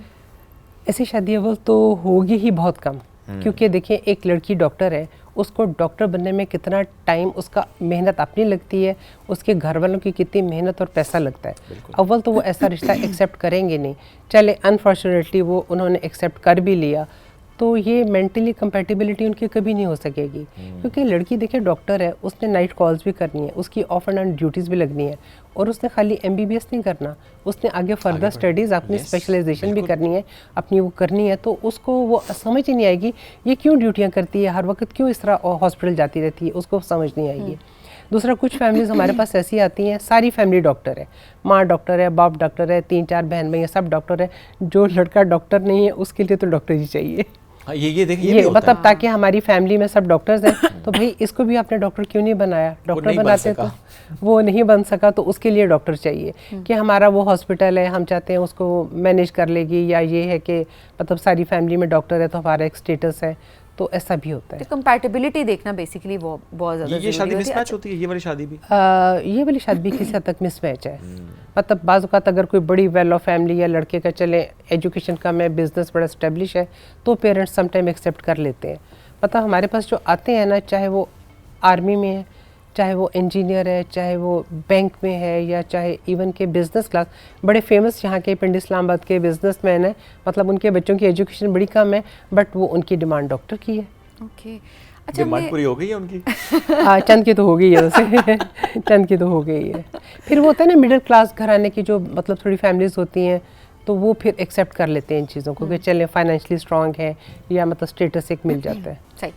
काफ़ी केसेस हमने सोशल मीडिया पे हाईलाइटेड होते हुए देखे हैं जिसमें लड़कियां फ्रॉड निकलती हैं, जिस तरह शादी कर ली उसमें ये है कि हक महर भी ले लिया, गोल्ड भी ले लिया काफ़ी सारी, और उसके बाद वो सारी चीज़ें लेके, क्योंकि शादी हो रही है तो वो सब चीज़ें आपको मिल रही हैं और ऑब्वियसली पूरी पूरी फैमिलीज इन्वॉल्व है ना उसके अंदर, और नहीं पता चल रहा होता, वो इतनी प्लांटेड चीज़ें होती हैं कि बाज़ औक़ात मतलब बड़े से बड़ा बंदा आप अगर कहें ना तो वो धोखा खा जाता है। तो वही होता है कि जी सुबह उठे और लड़की सारा गोल्ड सब चीजें लेकर भाग गई अच्छा, वैसे मैं बताऊं ये चीजें मूवीज और ड्रामोज में होती हैं, आम रूटीन में ऐसा मतलब बहुत कम, मतलब क्योंकि जो हमारे पास आते हैं ना मतलब प्रॉपर फैमिलीज होती हैं, मतलब हमारी उनसे बात होती रहती है, सब चीजें होंगे।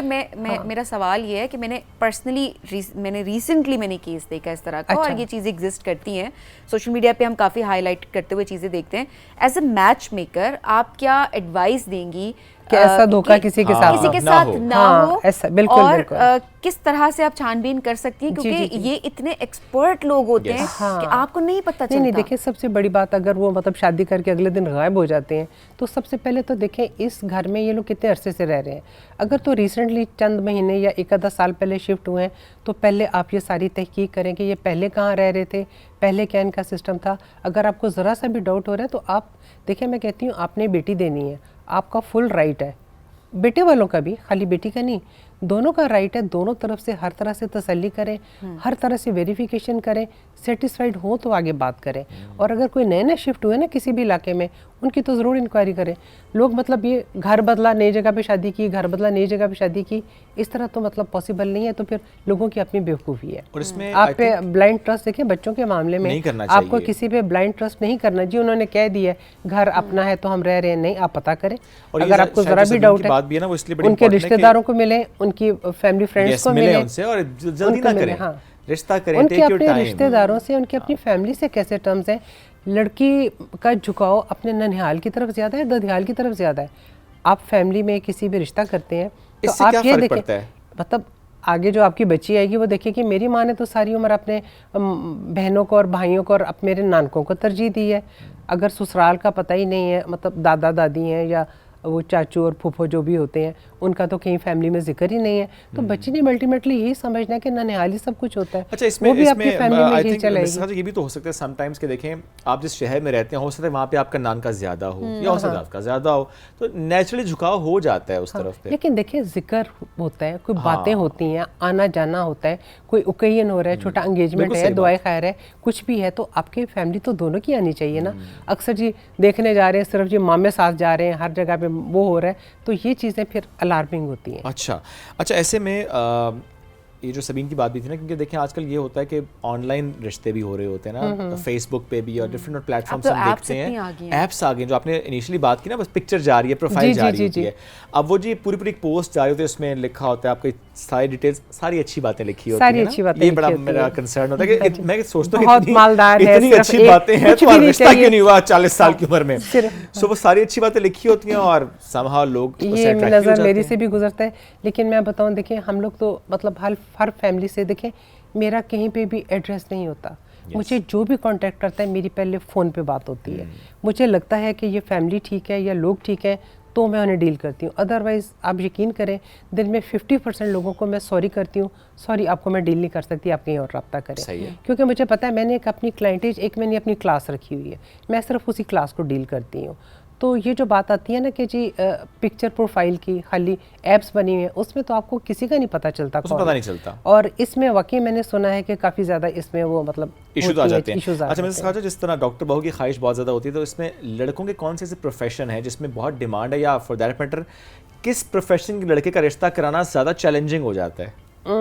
लड़कों की तो माशाल्लाह वैसे ज़्यादा डॉक्टर है, इंजीनियर है, आर्मी है, अब्रॉड के बच्चे हैं, मतलब ये मेन बच्चों के, वो लड़कों के बड़े चॉइसेस हैं। लड़कियों का जो है ना डॉक्टर का सबसे लड़कियों का इशू है। अच्छा, लास्टली अगर शादी के बाद बिलखुसूस अगर आपको ये महसूस हो या आपके सामने चीज़ें कुछ ऐसी आएँ कि लड़का ठीक नहीं है, हाँ, किसी भी तरह से हो सकता है, कैरेक्टर से मुतालिक भी हो सकता है, कोई और इशू निकल सकता है, उस वक्त लड़कियों को, लड़की के घर वालों को क्या करना चाहिए? देखिए, लड़का ठीक नहीं है, इसमें ये तो एक होता है कि उसे कोई फिज़िकल इशू है, मेडिकल इशू है, उस पे आप कंप्रोमाइज़ मत करें, क्योंकि ऐसे लोग जो है ना बड़े एब्यूसिव होते हैं और आपको टॉर्चर करते हैं। ठीक है। इसमें भी दो तरह के लोग होते हैं, एक तो एक्स्ट्रा ऑर्डिनरी आप पे टॉर्चर करेंगे या अब्यूज़ करेंगे, दूसरा एक्स्ट्रा या पोलाइट होंगे, सॉफ्ट होंगे कि उनमें अंदर जो कमी है हम उसको पूरा करने के लिए हम माहौल अच्छा रखें, सेटिंग अच्छी रखें, एक ये सूरत होती है। लेकिन ज़्यादातर ये एब्यूसिव और इस तरह के होते हैं। अगर कोई मेडिकल इशू है तो आप अपनी ज़िंदगी बच्ची की बर्बाद मत करें, आप उससे सेपरेट हो जाएं और उसे ख़त्म कर दें। I am talking about character actually. Character का ये है कि थोड़ा आप उसे टाइम दे दें, मतलब फ़ौरन ज़ाहिर है बच्चे देखें, यंग लड़कों की शादी होती है, शादी से पहले हैंकियाँ पैंकियाँ लड़के करते हैं, मतलब अगर तो सुधर जाए तो बड़ी अच्छी बात है। आप क्यों शर्मा गए हैं? नहीं, हम इसे नॉर्मलाइज क्यों करते हैं इन चीज़ों को? नहीं देखें, ठीक है, मैं वो कहती हूँ जो शादी से पहले उसका हो गया सो हो गया, फॉरगिव अबाउट दैट, उसको आप भूल जाएं, छोड़ दें। हाँ, शादी के बाद करें, उसे आहिस्ता आहिस्ता, लड़की का काम है, ससुराल वालों का काम है, उसे पोलाइटली हैंडल करके कोशिश करें सीधे रास्ते पे आ जाए। लेकिन अगर फिर भी ना आए, ये चीज़ें रहें, तो फिर बड़ों को इन्वॉल्व करके बात को देखा जाए कि इसको कैसे सॉल्व करना है। या अगर आपको लगता है कोई साइकोलॉजिकल इशू तो आप इसका इलाज हाँ, करें। साइकोलॉजिकल इशू है तो, ये भी लेकिन ज़रा अगर एक issue कोई है। मेडिकल अगर इस तरह के इश्यूज हैं, अगर वो ट्रीटेबल हैं और he is willing to treat, मतलब अपने आप को करना चाह रहा है, इलाज करना है। सम टाइम लड़के होते हैं इलाज नहीं करवाते, यस, इलाज मोस्टली नहीं और करवाते। नहीं करवाते कि अपनी वो उन्हें फील होती है कि हमारी इंसल्ट हो रही है कि हम इलाज कराएं।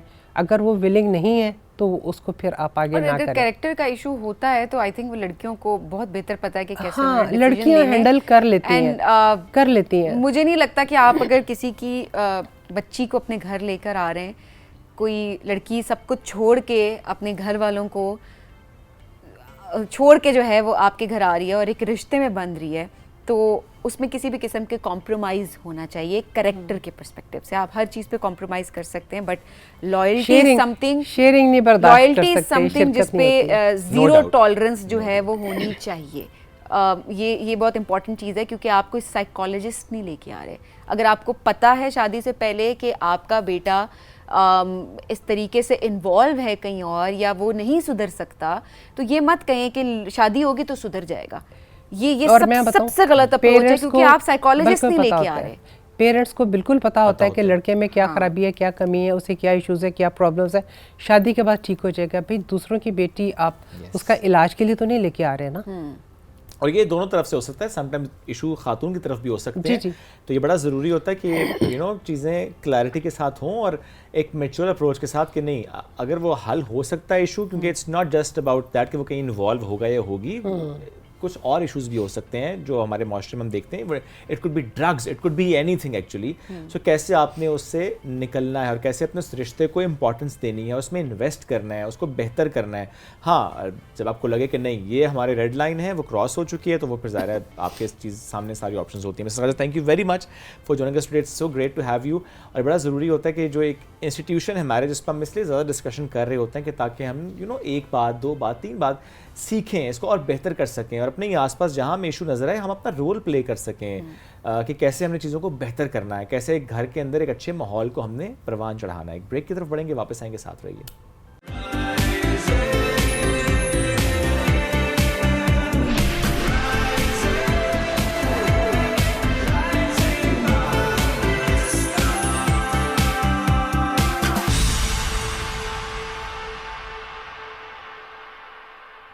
Welcome back. राइजिंग पाकिस्तान में एक बार फिर कहते हैं खुश आमदीद। और अब हम बात करेंगे एक आर्टिस्ट की, म्यूजिशियन की, और किस तरह से ज़बरदस्त अंदाज से वो पंजाबी म्यूज़िक को लेकर आगे गए। उसको कल्चर के तौर पे हम देखें, फॉर दैट मैटर हम कोलैबोरेशंस के पर्सपेक्टिव से समझें।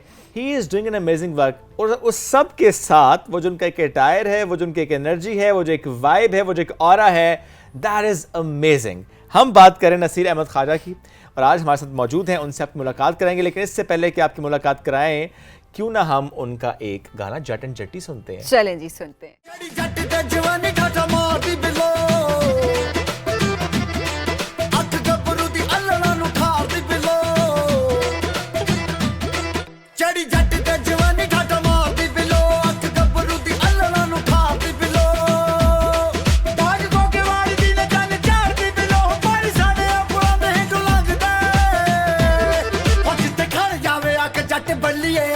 उस थां ते मेले लगदे, जिथे खड़ जावे आके जट बल्लिए।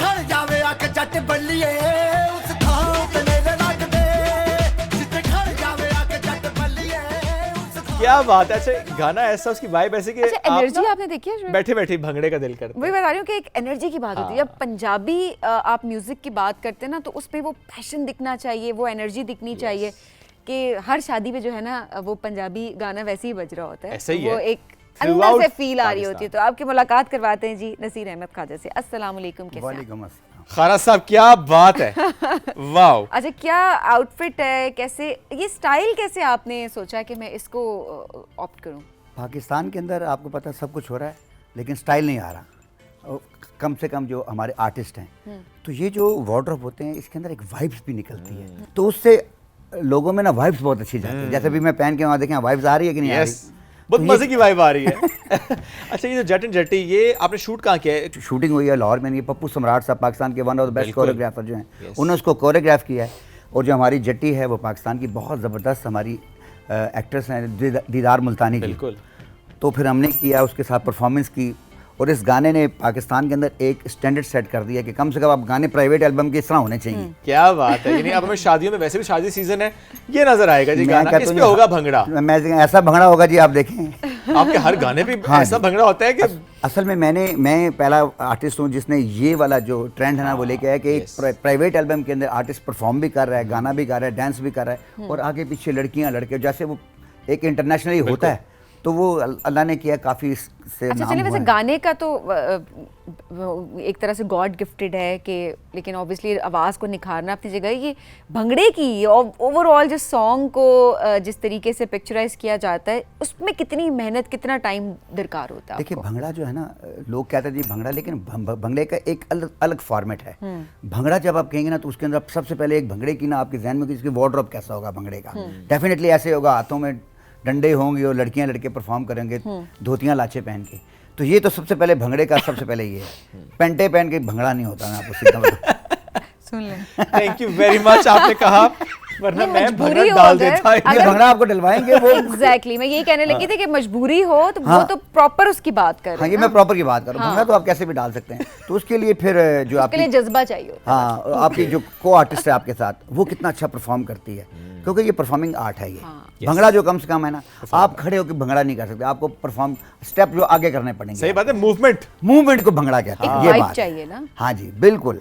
और भंगड़े का एक स्टाइल है, Yes. हाथों का स्टाइल, पाँव का स्टाइल, उसके साथ उसके अगर आप प्रॉप्स यूज कर रहे हैं उसका स्टाइल, जैसे मैंने प्रॉप्स पहने हुए हैं। ओके। आपने बहुत प्यारे प्रॉप्स पहने हुए हाँ, हैं। definitely. हम इस वक्त प्रॉपलेस हैं। Thank you very हम क्या करें, अब मैच तो हम कर ही नहीं सकते वो एनर्जी, बट विल ट्राई कि उसमें हम जरा रंग जाएंगे। जाएं। हाँ, अच्छा, लेकिन जरा पहला गाना सुनते हैं मेरा ख्याल है। Okay, है ना? if you say so. गाना सुनते हैं, शुएब का भंगड़ा देखते है हैं। अब चूंकि कह दिया आपने, तो मेरा ख्याल है सर फिर भंगड़े की तरफ बढ़ते भंगड़ा ही हैं। सर, आए मैदान आपका है, मैं आपका साथ देने की कोशिश करूंगा। बस कोशिश अच्छी होनी चाहिए। अब बस सर सब कुछ मिला, अच्छा को एंकर और को स्टार ना मिला, अब क्या कर सकते हाँ, हैं। ये मैं वहाँ पे तो मेरे साथ को जट्टी है। स्टार की आप बात करें, स्टार इस वक्त आपके साथ खड़े नहीं हुए नहीं, हैं। मैं आपकी बात कर रहा हूँ। को-स्टार।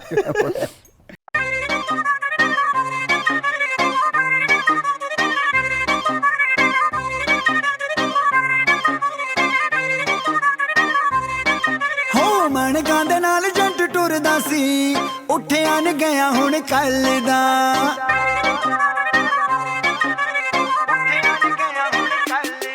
ਹੋ ਮਣਕਾਂ ਦੇ ਨਾਲ ਜੰਟ ਟੁਰਦਾ ਸੀ, ਉੱਠਿਆ ਨ ਗਿਆ ਹੁਣ ਕੱਲ ਦਾ। ਤੇਰੀ ਅੱਖ ਕੋਲੋਂ ਬਚ ਕੇ ਤਾਂ ਲੰਘ ਗਿਆ ਸੀ,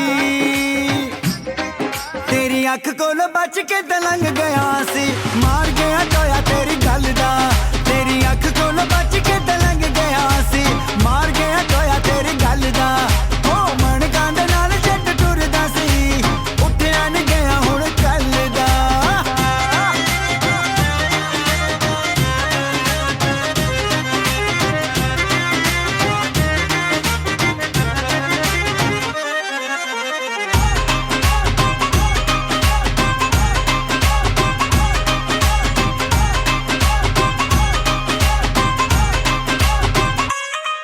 तेरी झांझरा दे बोल कोई पड़ गया जादू मेरे सिर चढ़ के।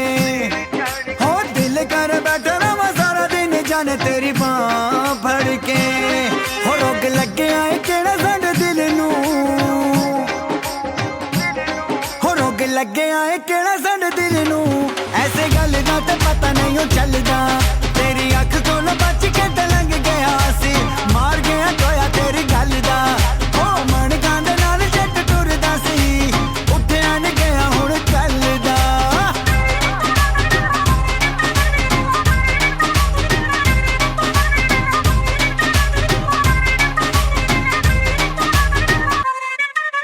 ਸ਼ਹਿਰ ਨੀ ਕਰਾਚੀ ਵਿੱਚ ਕਰਫਿਊ ਲਵਾਇਆ ਤੇਰੇ ਗੋਰੇ ਰੰਗ ਨੇ ਹੋ ਵਿੱਚ ਅਖਬਾਰਾਂ ਬਿਲੋ ਖਬਰਾਂ ਲਵਾਇਆ ਤੇਰੇ ਸੂਟ ਤੰਗ ਨੇ ਹੋ ਰੱਖ ਮੁਖੜੇ ਨੂੰ ਟੱਕ ਕੇ ਨੀ ਸੋਣੀਏ ਰੱਖ ਮੁਖੜੇ ਨੂੰ ਟੱਕ ਕੇ ਨੀ ਸੋਣੀਏ ਸ਼ਹਿਰ ਇਸ਼ਕ ਤੇਰੇ ਚ ਪਿਆ ਬਲਦਾ ਤੇਰੀ ਅੱਖ ਕੋਲੋਂ ਬਚ ਕੇ ਤੇ ਲੰਘ ਗਿਆ ਸੀ ਮਾਰ ਗਿਆ ਟੋਇਆ ਤੇਰੀ ਗੱਲ ਦਾ ਹੋ ਮਨ ਕੰਦ ਨਾਲ ਜੱਟ ਟੁਰਦਾ ਸੀ ਉੱਠਿਆ ਨੀ ਗਿਆ ਹੁਣ ਕੱਲ ਦਾ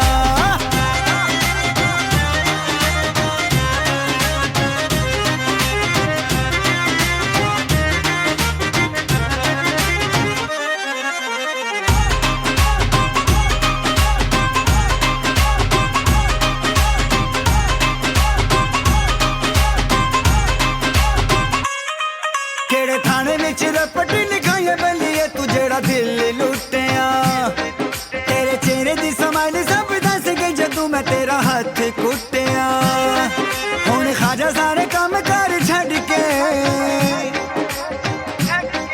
ਹੁਣ ਖਾਜਾ ਸਾਰੇ ਕੰਮ ਕਰ ਛੱਡ ਕੇ ਐਵੇਂ ਨਹੀਂ ਉਹ ਰਾਹ ਤੇਰੀ ਮੱਲਦਾ ਤੇਰੀ ਅੱਖ ਕੋਲੋਂ ਬਚ ਕੇ ਤੇ ਲੰਘ ਗਿਆ ਸੀ ਮਾਰ ਗਿਆ ਟੋਇਆ ਤੇਰੀ ਗੱਲ ਦਾ ਹੋ ਮਨ ਕੰਦ ਨਾਲ ਜੱਟ ਟੁਰਦਾ ਸੀ ਉੱਠਿਆ ਨੀ ਗਿਆ ਹੁਣ ਕੱਲ ਦਾ क्या बात है सर आपके- जबरदस्त देख लिया आपने डांस किया कि नहीं किया मुझसे करवाया गया है लेकिन आपके गाने के तो चले ऑलरेडी फुल मार्क्स से शोएब मुझे कि 2 के नंबर दे दो वो टाई नंबर मेरे भी पा दियो विच हुन टाई दे बंदे ने मेरे के नहीं बंदे मैं कह रहा सवा टाई पाओ जी अभी सवा टाई पाओ जी। अभी मेरा ख्याल है थोड़ा सा हौसला करते हैं क्योंकि सांस वांस लेके अगला गाना भी है ना और उसके बाद अगला गाना All भी the है। best. So, all the best ji all all the the best best good luck इस दफा आप भी आपको भी कराते हैं इस हल्का बार सा हल्का split सा करें ना। हल्का सा मैं हल्का सिर्फ मैं सिर्फ ये बात मैं कर रही क्या हूँ मैं क्या दोनों खड़े होंगे हल्का सा करें। बिल्कुल ठीक है सर बिल्कुल हल्का सा। मैं आपके साथ हूँ बिल्कुल हल्का सा कोई पौने 2 नंबर इधर भी जाए ना नहीं ज्यादा नहीं करेंगे जी ऐसे से करेंगे बस सर ये आपने करवा लिया तो मैं आपको मान जाऊंगा मैं क्या तो सर आपको नहीं करवाया सर ये जरा आसान काम था एक होता है इम्पॉसिबल एक होता है डिसपॉसिबल हाँ ये बात सही क्या है डिस्पोजेबल ये डिसपॉसिबल तो वो पॉसिबल नहीं हो सकता अच्छा वैसे ये वाकई एक वाइब है एक एनर्जी है जो थ्रू आउट देखें पंजाबी म्यूजिक की अगर बात करें यहाँ पे जितने लोग कैमरे के थे पीछे शानी भाई डांस वो कर रहे थे अच्छा डेफिनेटली डेफिनेटली यही वो चीज़ जो होती है। कर रहे थे वो डांस था जो मैंने किया वो भी तो वही था आपने बहुत अच्छा डांस किया बाय द वे बहुत अच्छा बना शायद था मैं कितने सीखा नंबर मुझसे। देंगे आप इनको इनको नंबर सारे नंबर ही नहीं किए मैं तो बस वैसे नहीं, नहीं, मेरी तो गाड़ी भी बगैर नंबर के आई हुई ये गलत बात है गाड़ी बगैर वैसे नंबर के ना ले। गाड़ी नहीं बगैर नहीं नंबर लिए चाहिए। प्लीज जरा अच्छा फिर ठीक है देखिए बात ये होती है ये माहौल के ऊपर देखिए जैसा माहौल हुआ है वैसे ही सारी चीजें बनना शुरू हो और गई फिर सब एंजॉय करते हैं देखिए यही मैं कहता हूँ वो कहना जैसा देश वैसा बेस जैसे आगे तो और बड़ी मिसालें हैं लेकिन बात यह है कि होता भी ऐसे ही है अच्छा जब कॉन्सर्ट्स करते हैं आप तो तब भी क्या इसी तरह से स्टूडेंट्स फिर मुझे होगा कि स्टेज पे भी चढ़ते होंगे और ऐसे फिर आप बताएं अभी लास्ट मैंने जो फेम फेस्टिवल हुआ फैम फेस्टिवल बिल्कुल। उसमें भी मैंने यही पहना हुआ था ओके तो वो जब स्टेज पे गए उसकी वाइब्स ही ऐसी शुरू हो गई लोगों ने खुद ही भंगड़ा शुरू कर दिया I जैसे mean, मैंने आप- स्टार्ट you किया can't stop yourself वो हाँ actually. वो स्टार्ट हो गया है भंगड़ा खुद ब खुद ही आई मीन वो जो म्यूजिक है ना आपके अंदर कुछ आप भी आ स्टॉप हो जाता रहे है। थे तो दैट वाज गुड That's नहीं what- मैं तो एंजॉय करता हूँ आई मीन वो तो एक ऑन लाइटर हाँ, बात मैं- करता नहीं, मैं मैं तो सही एंजॉय बात करता कर हूँ मैं रही हूँ। शादी में भंगड़ा डालता हूँ हाँ। मैंने अपनी शादी में भंगड़ा आप भी डाला मेरी है शादी में भंगड़ा डाला था हाँ तो मैं एंजॉय करता हूँ आई That's just love this music और भंगड़ा जब हो तो फिर वैसे ही बंदा बहुत एंजॉय कर रहा होता है हाँ Exactly. थोड़ा मैं फंसा हुआ था इस कोर्ट में जकड़ा हुआ था इसलिए खुल के नहीं मैंने भंगड़ा डाला नहीं Otherwise I आप could have आगे done it much काफी better. खुल रहे थे लेकिन मैंने आपको कहा थोड़ा इतना खुले ना खुले क्योंकि ये ना कोर्ट से बाहर निकल आए। जगह भी थोड़ी कम थी ना हाँ जगह का मसला भंगड़े में you need more space definitely ये किसी वकी ने पान देनी ना ऐसे ही जाहिर है ये होता भंगड़ों में ये होता है कभी पाँव ऊपर आ जाता है किसी के ऐसे ही है सबसे ज्यादा अच्छा क्राउड कहाँ मिला आपको क्राउड तो मैंने जब इंटरनेशनली टूर्स किए ना यूके में मैंने बड़े अच्छे क्राउड के सामने टर्की में दुबई में बहुत सारे जब आप इंटरनेशनली जाते हैं ना तो डेफिनेटली क्राउड, आपके मुल्क का क्राउड होता है, वो आपको वैसे भी पसंद कर रहा बिल्कुल होता ऐसा है। होता है। तो बहुत सारा, अभी लास्ट मैंने जो फैम फेस्टिवल किया है उसके अंदर बहुत अच्छा क्राउड था। ओके, कोक फेस्टिवल मैंने किए हैं माशाल्लाह, Right. सोल फेस्टिवल किए हैं मैंने, सारे पाकिस्तान के जो बड़े फेस्टिवल है ना, तो उसके अंदर डेफिनेटली क्राउड आया होता है। और उसको सबसे ज़रूरी मैं ये समझता हूँ, आर्टिस्ट कोई भी आर्टिस्ट हो, वो क्राउड को पुल अप करेगा ना तो तब मज़ा आता है। ऐसा ही है। और शादियों पे तो बड़ी डिमांड होती होगी, डेफिनेटली मेहंदी शादी पे प्रॉपर डेफिनेटली शादी होती वो जो है कि भंगड़ा। एंजॉय के लिए होती है। तो Exactly. लोग अब जो ट्रेंड हैं, भी बहुत है ना कि वो नॉट जस्ट म्यूजिक, वो लाइव सिंगर, वो जो आप concept शादियां था, देखें कितनी कोरियोग्राफ हो रही हैं, कोरियोग्राफर्स को बुला के पूरी पूरा शादी पूरा को उसका एक एक सेकंड जो है एक कोरियोग्राफ हो second रहा जो होता है। choreograph- सर अपनी ज्वेलरी के बारे में बताएं, कैसे ये सिलेक्ट करते हैं ओवरऑल, कौन आपकी स्टाइलिंग करता है, क्या कोई स्पेशल स्टाइलिस्ट रखा है या खुद से अपने नहीं स्टाइलिस्ट नहीं, वार्डरोब इसके देखें, वार्डरोब बताना पड़ता है, डिज़ाइनर को बताना पड़ता है। हाँ, ये जो बाकी जो प्रॉप्स हैं ये मैं खुद ही लेता हूँ, मुझे पता होता है सही। कि यार मैंने ये प्रॉप्स कैसे यूज़ करने हैं। कोई कम से खास कम आर्टिस्ट को अंगूठियां खुद लग भी तो रही पता हैं। होना चाहिए ना। अंगूठियां बड़ी खास लग रही हैं कोई। हाँ, तो डेफिनेटली वो उसके साथ मैच करेंगी ना आपको, जो भी चीज़ें होंगी। अभी तो काफ़ी चीज़ें छोड़ के आए हूँ बाहर। अच्छा, आर्टिस्ट भी पूरी दुल्हन की तरह तैयार होता है। ये देखें ना कितनी चीज़ें जाहिर है, और डेफिनेटली आप देखें कहाँ से लेके कहाँ तक पूरा आपने उसको, मैचिंग करनी एक होती है। बैलेंस के साथ। और यकीन करें भाई गॉड, ये इतने महंगे लोग समझते हैं यार ये बड़े, लड़कियों से ज़्यादा महंगी है। फॉर श्योर बने होंगे लड़कियां भी लेती हैं लेकिन फैब्रिक और सारा कुछ, स्पेशली Definitely, पगड़ी बहुत प्यारी। बहुत बहुत महंगा ये वार्डरोब होता है। जितने गाने अभी तक हैं, सिंगर्स जितने भी हैं जो कि पंजाबी सॉन्ग्स गाते हैं, उनमें आपके इंस्पिरेशन कौन है, सबसे ज़्यादा आपको कौन पसंद मेरे अपने उस्ताद जी, मैं बग्गा जी का शागिर्द हूँ, सारिली बग्गा साहब का। मैं उनका गंडाबान शागिर्द हूँ। क्या बात। तो बग्गा साहब, आपको पता है बग्गा जी ने कितने अच्छे अच्छे गाने गाए Big हैं। No name? डाउट। वो एक पाकिस्तान के ऐसा आर्टिस्ट है जो इंटरनेशनली भी, बाकी आतिफ भाई मुझे बहुत पसंद हैं, राहत साहब, ये हमारा प्राउड है पाकिस्तान का। बिल्कुल ऐसे ही। क्योंकि जब देखें इंटरनेशनली जब आपके आर्टिस्टों का नाम आता है, इसका मतलब है पाकिस्तान का नाम आया है। जैसे राइजिंग पाकिस्तान है, तो डेफिनेटली पाकिस्तान के लिए ना पाकिस्तान सारा के कुछ, लिए। हमारा सारा कुछ पाकिस्तान के बिल्कुल लिए। ऐसे है। जब भी हम कहीं जाते हैं, पाकिस्तान हमारी पहचान है, एब्सोल्युटली। और कौन हमारा सा- जो तन मन है वो वो पाकिस्तान के पाकिस्तान ऊपर। है, सबसे पहले पाकिस्तान है। सबसे पहले। आप बाहर भी जाएंगे तो देखिए आप सर पाकिस्तान है ही को पाकिस्तान, represent कर सर रहे है ही हैं। पाकिस्तान है। It- हमारी it is इज्जत, inside। इज्जत, आन बान शान, आप यकीन करें, मैं जब भी कहीं जाता हूँ, वापस जब आता हूँ तो एयरपोर्ट पे शुक्र करता हूँ अल्लाह का, या अल्लाह मैं अपने मुल्क में हूँ। अल्हम्दुलिल्लाह। इतना कूल मतलब लगता है जब वापस आते हैं। वो वहाँ एक तो काम घर की करना- फीलिंग आती है ना। वहाँ पे तो काम करने जाते हैं। घर तो यही है। हाँ जी, सिंगर ऐसा कौन सा जो आपकी ख्वाहिश है कोलैबोरेशन जिसके साथ करना चाहते हैं? दिलजीत दोसांझ के साथ। Very देखिए nice मैंने वार्डरोब choice। उसी तरह पहना हुआ है, उसकी तरह, वो मुझे बहुत पसंद है, क्योंकि वो भी उसने भी मेरी तरह स्ट्रगल की है। देखें आर्टिस्ट, मैंने भी स्ट्रगल की है और स्ट्रगल कर भी रहा हूँ। अभी के जितनी अच्छी वीडियो, जितने अच्छे गाने मैंने पाकिस्तान में किए, किसी आर्टिस्ट ने नहीं किए। ये वाले जो आर्टिस्ट हैं, बड़े आर्टिस्ट तो बड़े हैं ना, जैसे आतिफ भाई हो गए, बग्गा जी हो गए, तो बड़े आर्टिस्ट हैं। कुछ नीचे आर्टिस्ट होते हैं लेकिन फिर भी स्ट्रगल कर रहे हैं। और हमारे उस्ताद जी कहते थे कि आर्टिस्ट वही होता है जो स्ट्रगल करता रहे, और थ्रू आउट स्ट्रगल। हर वक्त स्ट्रगल में रहें आप। ये नहीं कि आपके 2-4 गाने हिट हो गए, जैसे होते हैं कोई टिकटॉक पे हिट हो गया, ये हो गया, वो आप देखें 3 दिन के बाद वो फारिग हुए होते हैं। ऐसे ही है। लेकिन सोशल मीडिया क्या कोई चैलेंज बन चुका है अभी आज के सिंगर के लिहाज से अगर देखा जाए? बिकॉज उसी टाइम पे आपको क्रिटिसिज्म भी आ जाएगा, फीडबैक बेसिकली अगर हो वो आपको लाइव फीडबैक वहाँ पे मिल रहा देखिए होता है। आर्टिस्ट के लिए ये जो छोटे छोटे प्लेटफॉर्म है ना, अगर उसको आप डिनाई नहीं कर सकते, जैसे टिकटॉक है, डेफिनेटली वो सारी दुनिया देख रही नहीं, होती बहुत है। बड़े प्लेटफॉर्म हाँ, प्लेटफॉर्म तो बड़े हैं ना, वो कहते हैं छोटे माचिस में बड़ा धमाका, मतलब थोड़ी जी फॉर्मेट के ऊपर एक धमाका हो सकता है, आपका गाना वायरल होता है, लेकिन फिर भी आपको गाने अच्छे, ये नहीं कि आप टिकटॉक पे बड़े हिट हैं तो यहाँ पे देखें, ये जो ग्राउंड रियलिटी है ना, Yes. जैसे अभी भी मैंने परफॉर्म किया है, ये बड़ी ज़रूरी है सही बात है। कि आप टिकटॉक पे हिट हैं, इंस्टाग्राम पे आपके पता नहीं कितने फॉलोअर हो, जब आप ग्राउंड पे आए हैं तो आप कोई भी जीरो नहीं। हैं। ऐसे नहीं हो सकता। और ये जैसे बिल्कुल आप ऐसे ही है ना कि जैसे वो अपने फॉलोअर्स की बात है कि हम अक्सर ये देखते हैं, वो किसी भी आर्ट फॉर्म में हम देखते हैं कि जहाँ पे इंस्टा पे फॉलोइंग हो या टिकटॉक पे हो, लेकिन जब आप सिनेमा में या स्टेज पे या कॉन्सर्ट पे ऐसी जगह पे वहाँ पे वो ट्रांसलेट नहीं होता।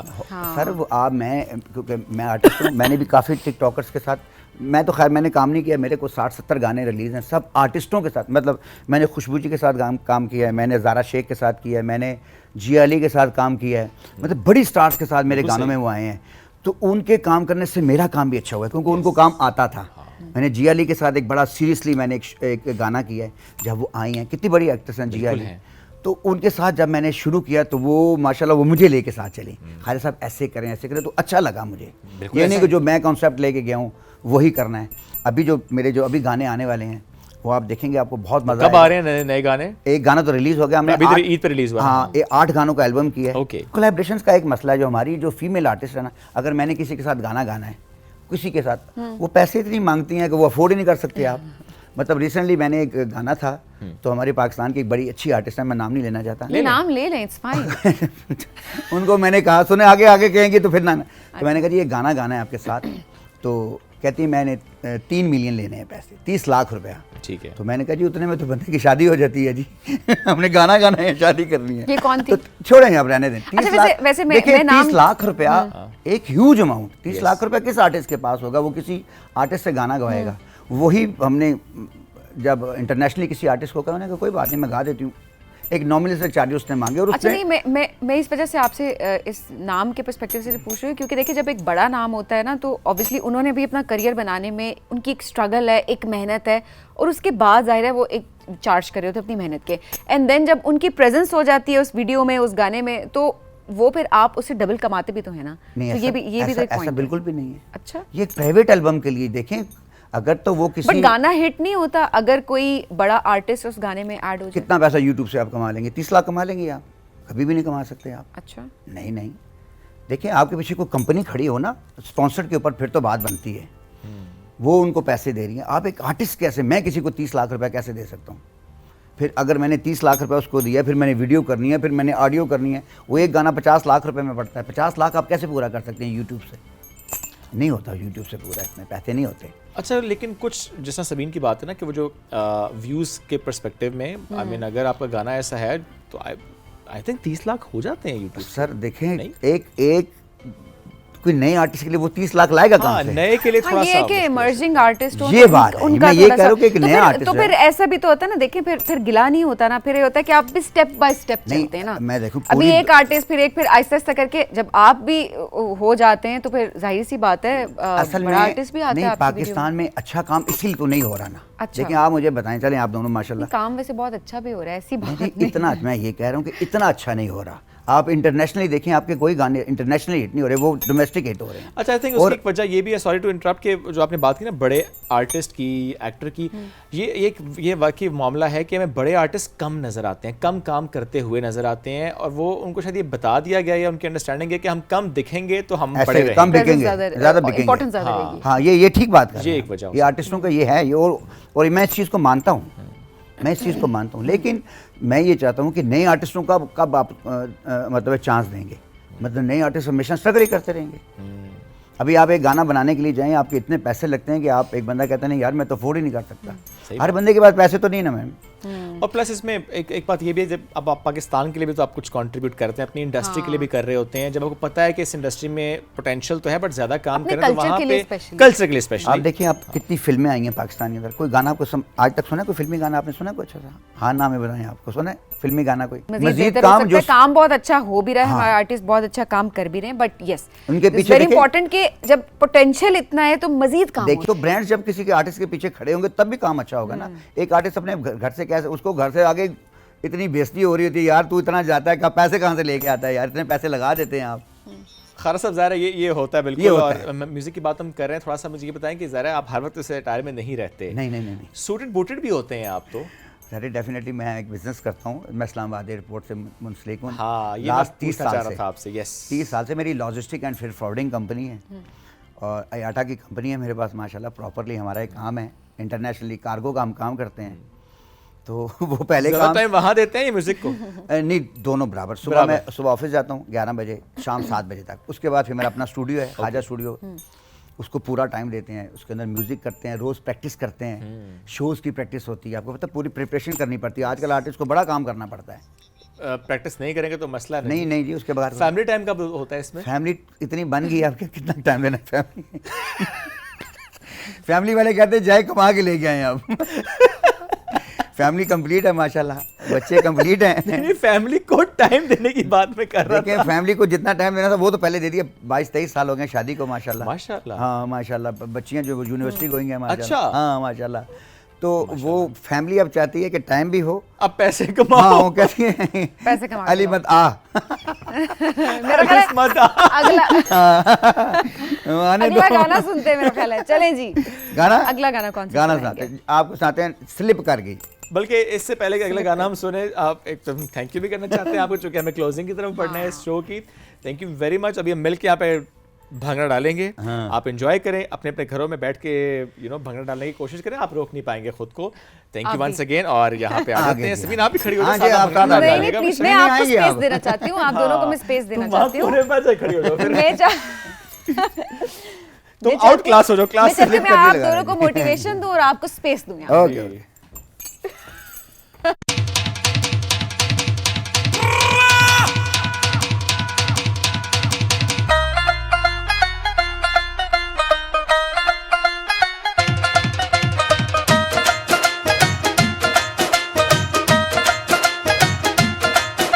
ਹੋ ਝੀਲ ਪਾ ਕੇ ਨੀ ਤੂੰ ਲੱਕ ਨੂੰ ਹਲਾਵੇਂ, ਨੀ ਤੂੰ ਲੱਕ ਨੂੰ ਹਲਾਵੇਂ, ਨੀ ਤੂੰ ਲੱਕ ਨੂੰ ਹਲਾਵੇਂ।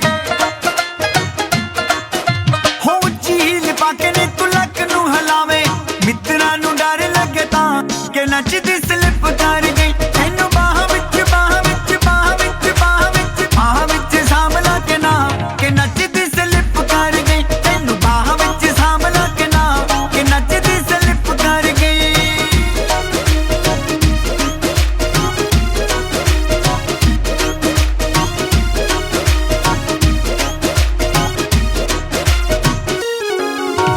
ਪੈਂਦੇ ਨੇ ਪਟਾਕੇ ਜੱਟਾਂ ਅੱਡੀ ਖੜ ਕੇ, ਤੱਕ ਤੱਕ ਧਰਤੀ ਦਾ ਦਿਲ ਧੜਕੇ।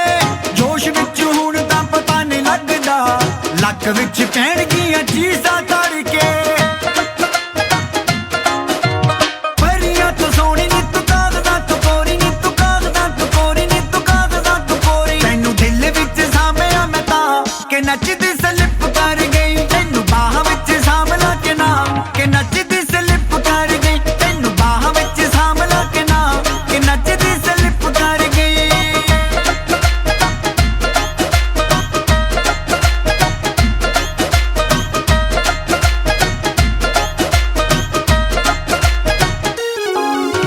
ਨੱਚੇ ਤੂੰ ਕਲੇਰੀ ਚ ਤਾਂ ਮੋਰ ਨੱਚਦਾ, ਤੇਰੇ ਨਾਲ ਪਿੰਡੀ ਤੇ ਲਾਹੌਰ ਨੱਚਦਾ। ਪਰਾਂ ਤੂੰ ਬਗੈਰ ਨੀ ਤੂੰ ਉੱਡਦੀ ਫਿਰੇ, ਚੜ੍ਹਦੀ ਜਵਾਨੀ ਵਾਲਾ ਜੋਰ ਨੱਚਦਾ। ਸਾਰੇ ਪਿੰਡ ਵਿੱਚ ਹੁਣ ਹੁੰਦੀਆਂ ਨੇ ਗੱਲਾਂ, ਹੁਣ ਹੁੰਦੀਆਂ ਨੇ ਗੱਲਾਂ, ਹੁਣ ਹੁੰਦੀਆਂ ਨੇ ਗੱਲਾਂ। ਤੇਰਾ ਇਹਨਾਂ ਤੱਕ ਫਿਕਰ ਕਰਾਂ ਕਿ ਨੱਚਦੀ ਸਲਿੱਪ ਕਰ ਗਈ। ਤੈਨੂੰ ਬਾਹਾਂ ਵਿੱਚ ਸਾਂਭਲਾ ਕੇ ਨਾ ਕਿ ਨੱਚਦੀ ਸਲਿੱਪ ਕਰ ਗਈ। ਤੈਨੂੰ ਬਾਹਾਂ ਵਿੱਚ ਸਾਂਭਲਾ ਕੇ ਨਾ ਕਿ ਨੱਚਦੀ ਸਲਿੱਪ ਕਰ ਗਈ।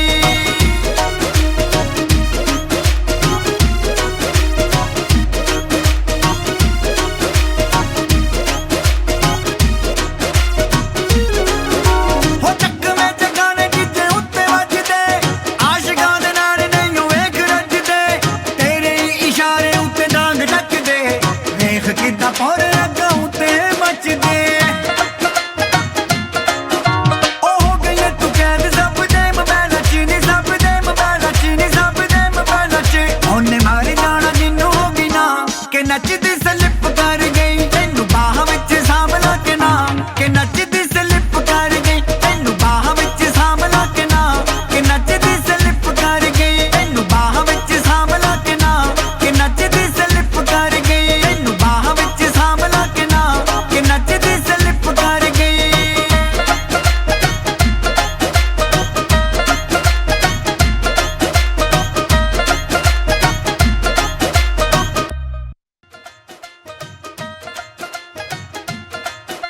ਹੋ ਝੀਲ ਪਾ ਕੇ ਨੀ ਤੂੰ ਲੱਕ ਨੂੰ ਹਲਾਵੇਂ, ਨੀ ਤੂੰ ਲੱਕ ਨੂੰ ਹਲਾਵੇਂ, ਨੀ ਤੂੰ ਲੱਕ ਨੂੰ ਹਲਾਵੇਂ। ਹੋ ਝੀਲ ਪਾ ਕੇ ਨੀ ਤੂੰ ਲੱਕ ਨੂੰ ਹਲਾਵੇਂ, ਮਿੱਤਰਾਂ ਨੂੰ ਡਰ ਲੱਗੇ ਤਾਂ ਕਿ ਨੱਚਦੀ ਸਲਿੱਪ ਕਰ ਗਈ। ਤੈਨੂੰ ਬਾਹਾਂ ਵਿੱਚ ਬਾਹਾਂ ਵਿੱਚ ਬਾਹਾਂ ਵਿੱਚ ਬਾਹਾਂ ਵਿੱਚ ਬਾਹਾਂ ਵਿੱਚ ਸਾਂਭਲਾ ਕੇ ਨਾ ਕਿ ਨੱਚਦੀ ਸਲਿੱਪ ਕਰ ਗਈ। ਤੈਨੂੰ ਬਾਹਾਂ ਵਿੱਚ ਸਾਂਭਲਾ ਕੇ ਨਾ ਕਿ ਨੱਚਦੀ ਸਲਿੱਪ ਕਰ ਗਈ।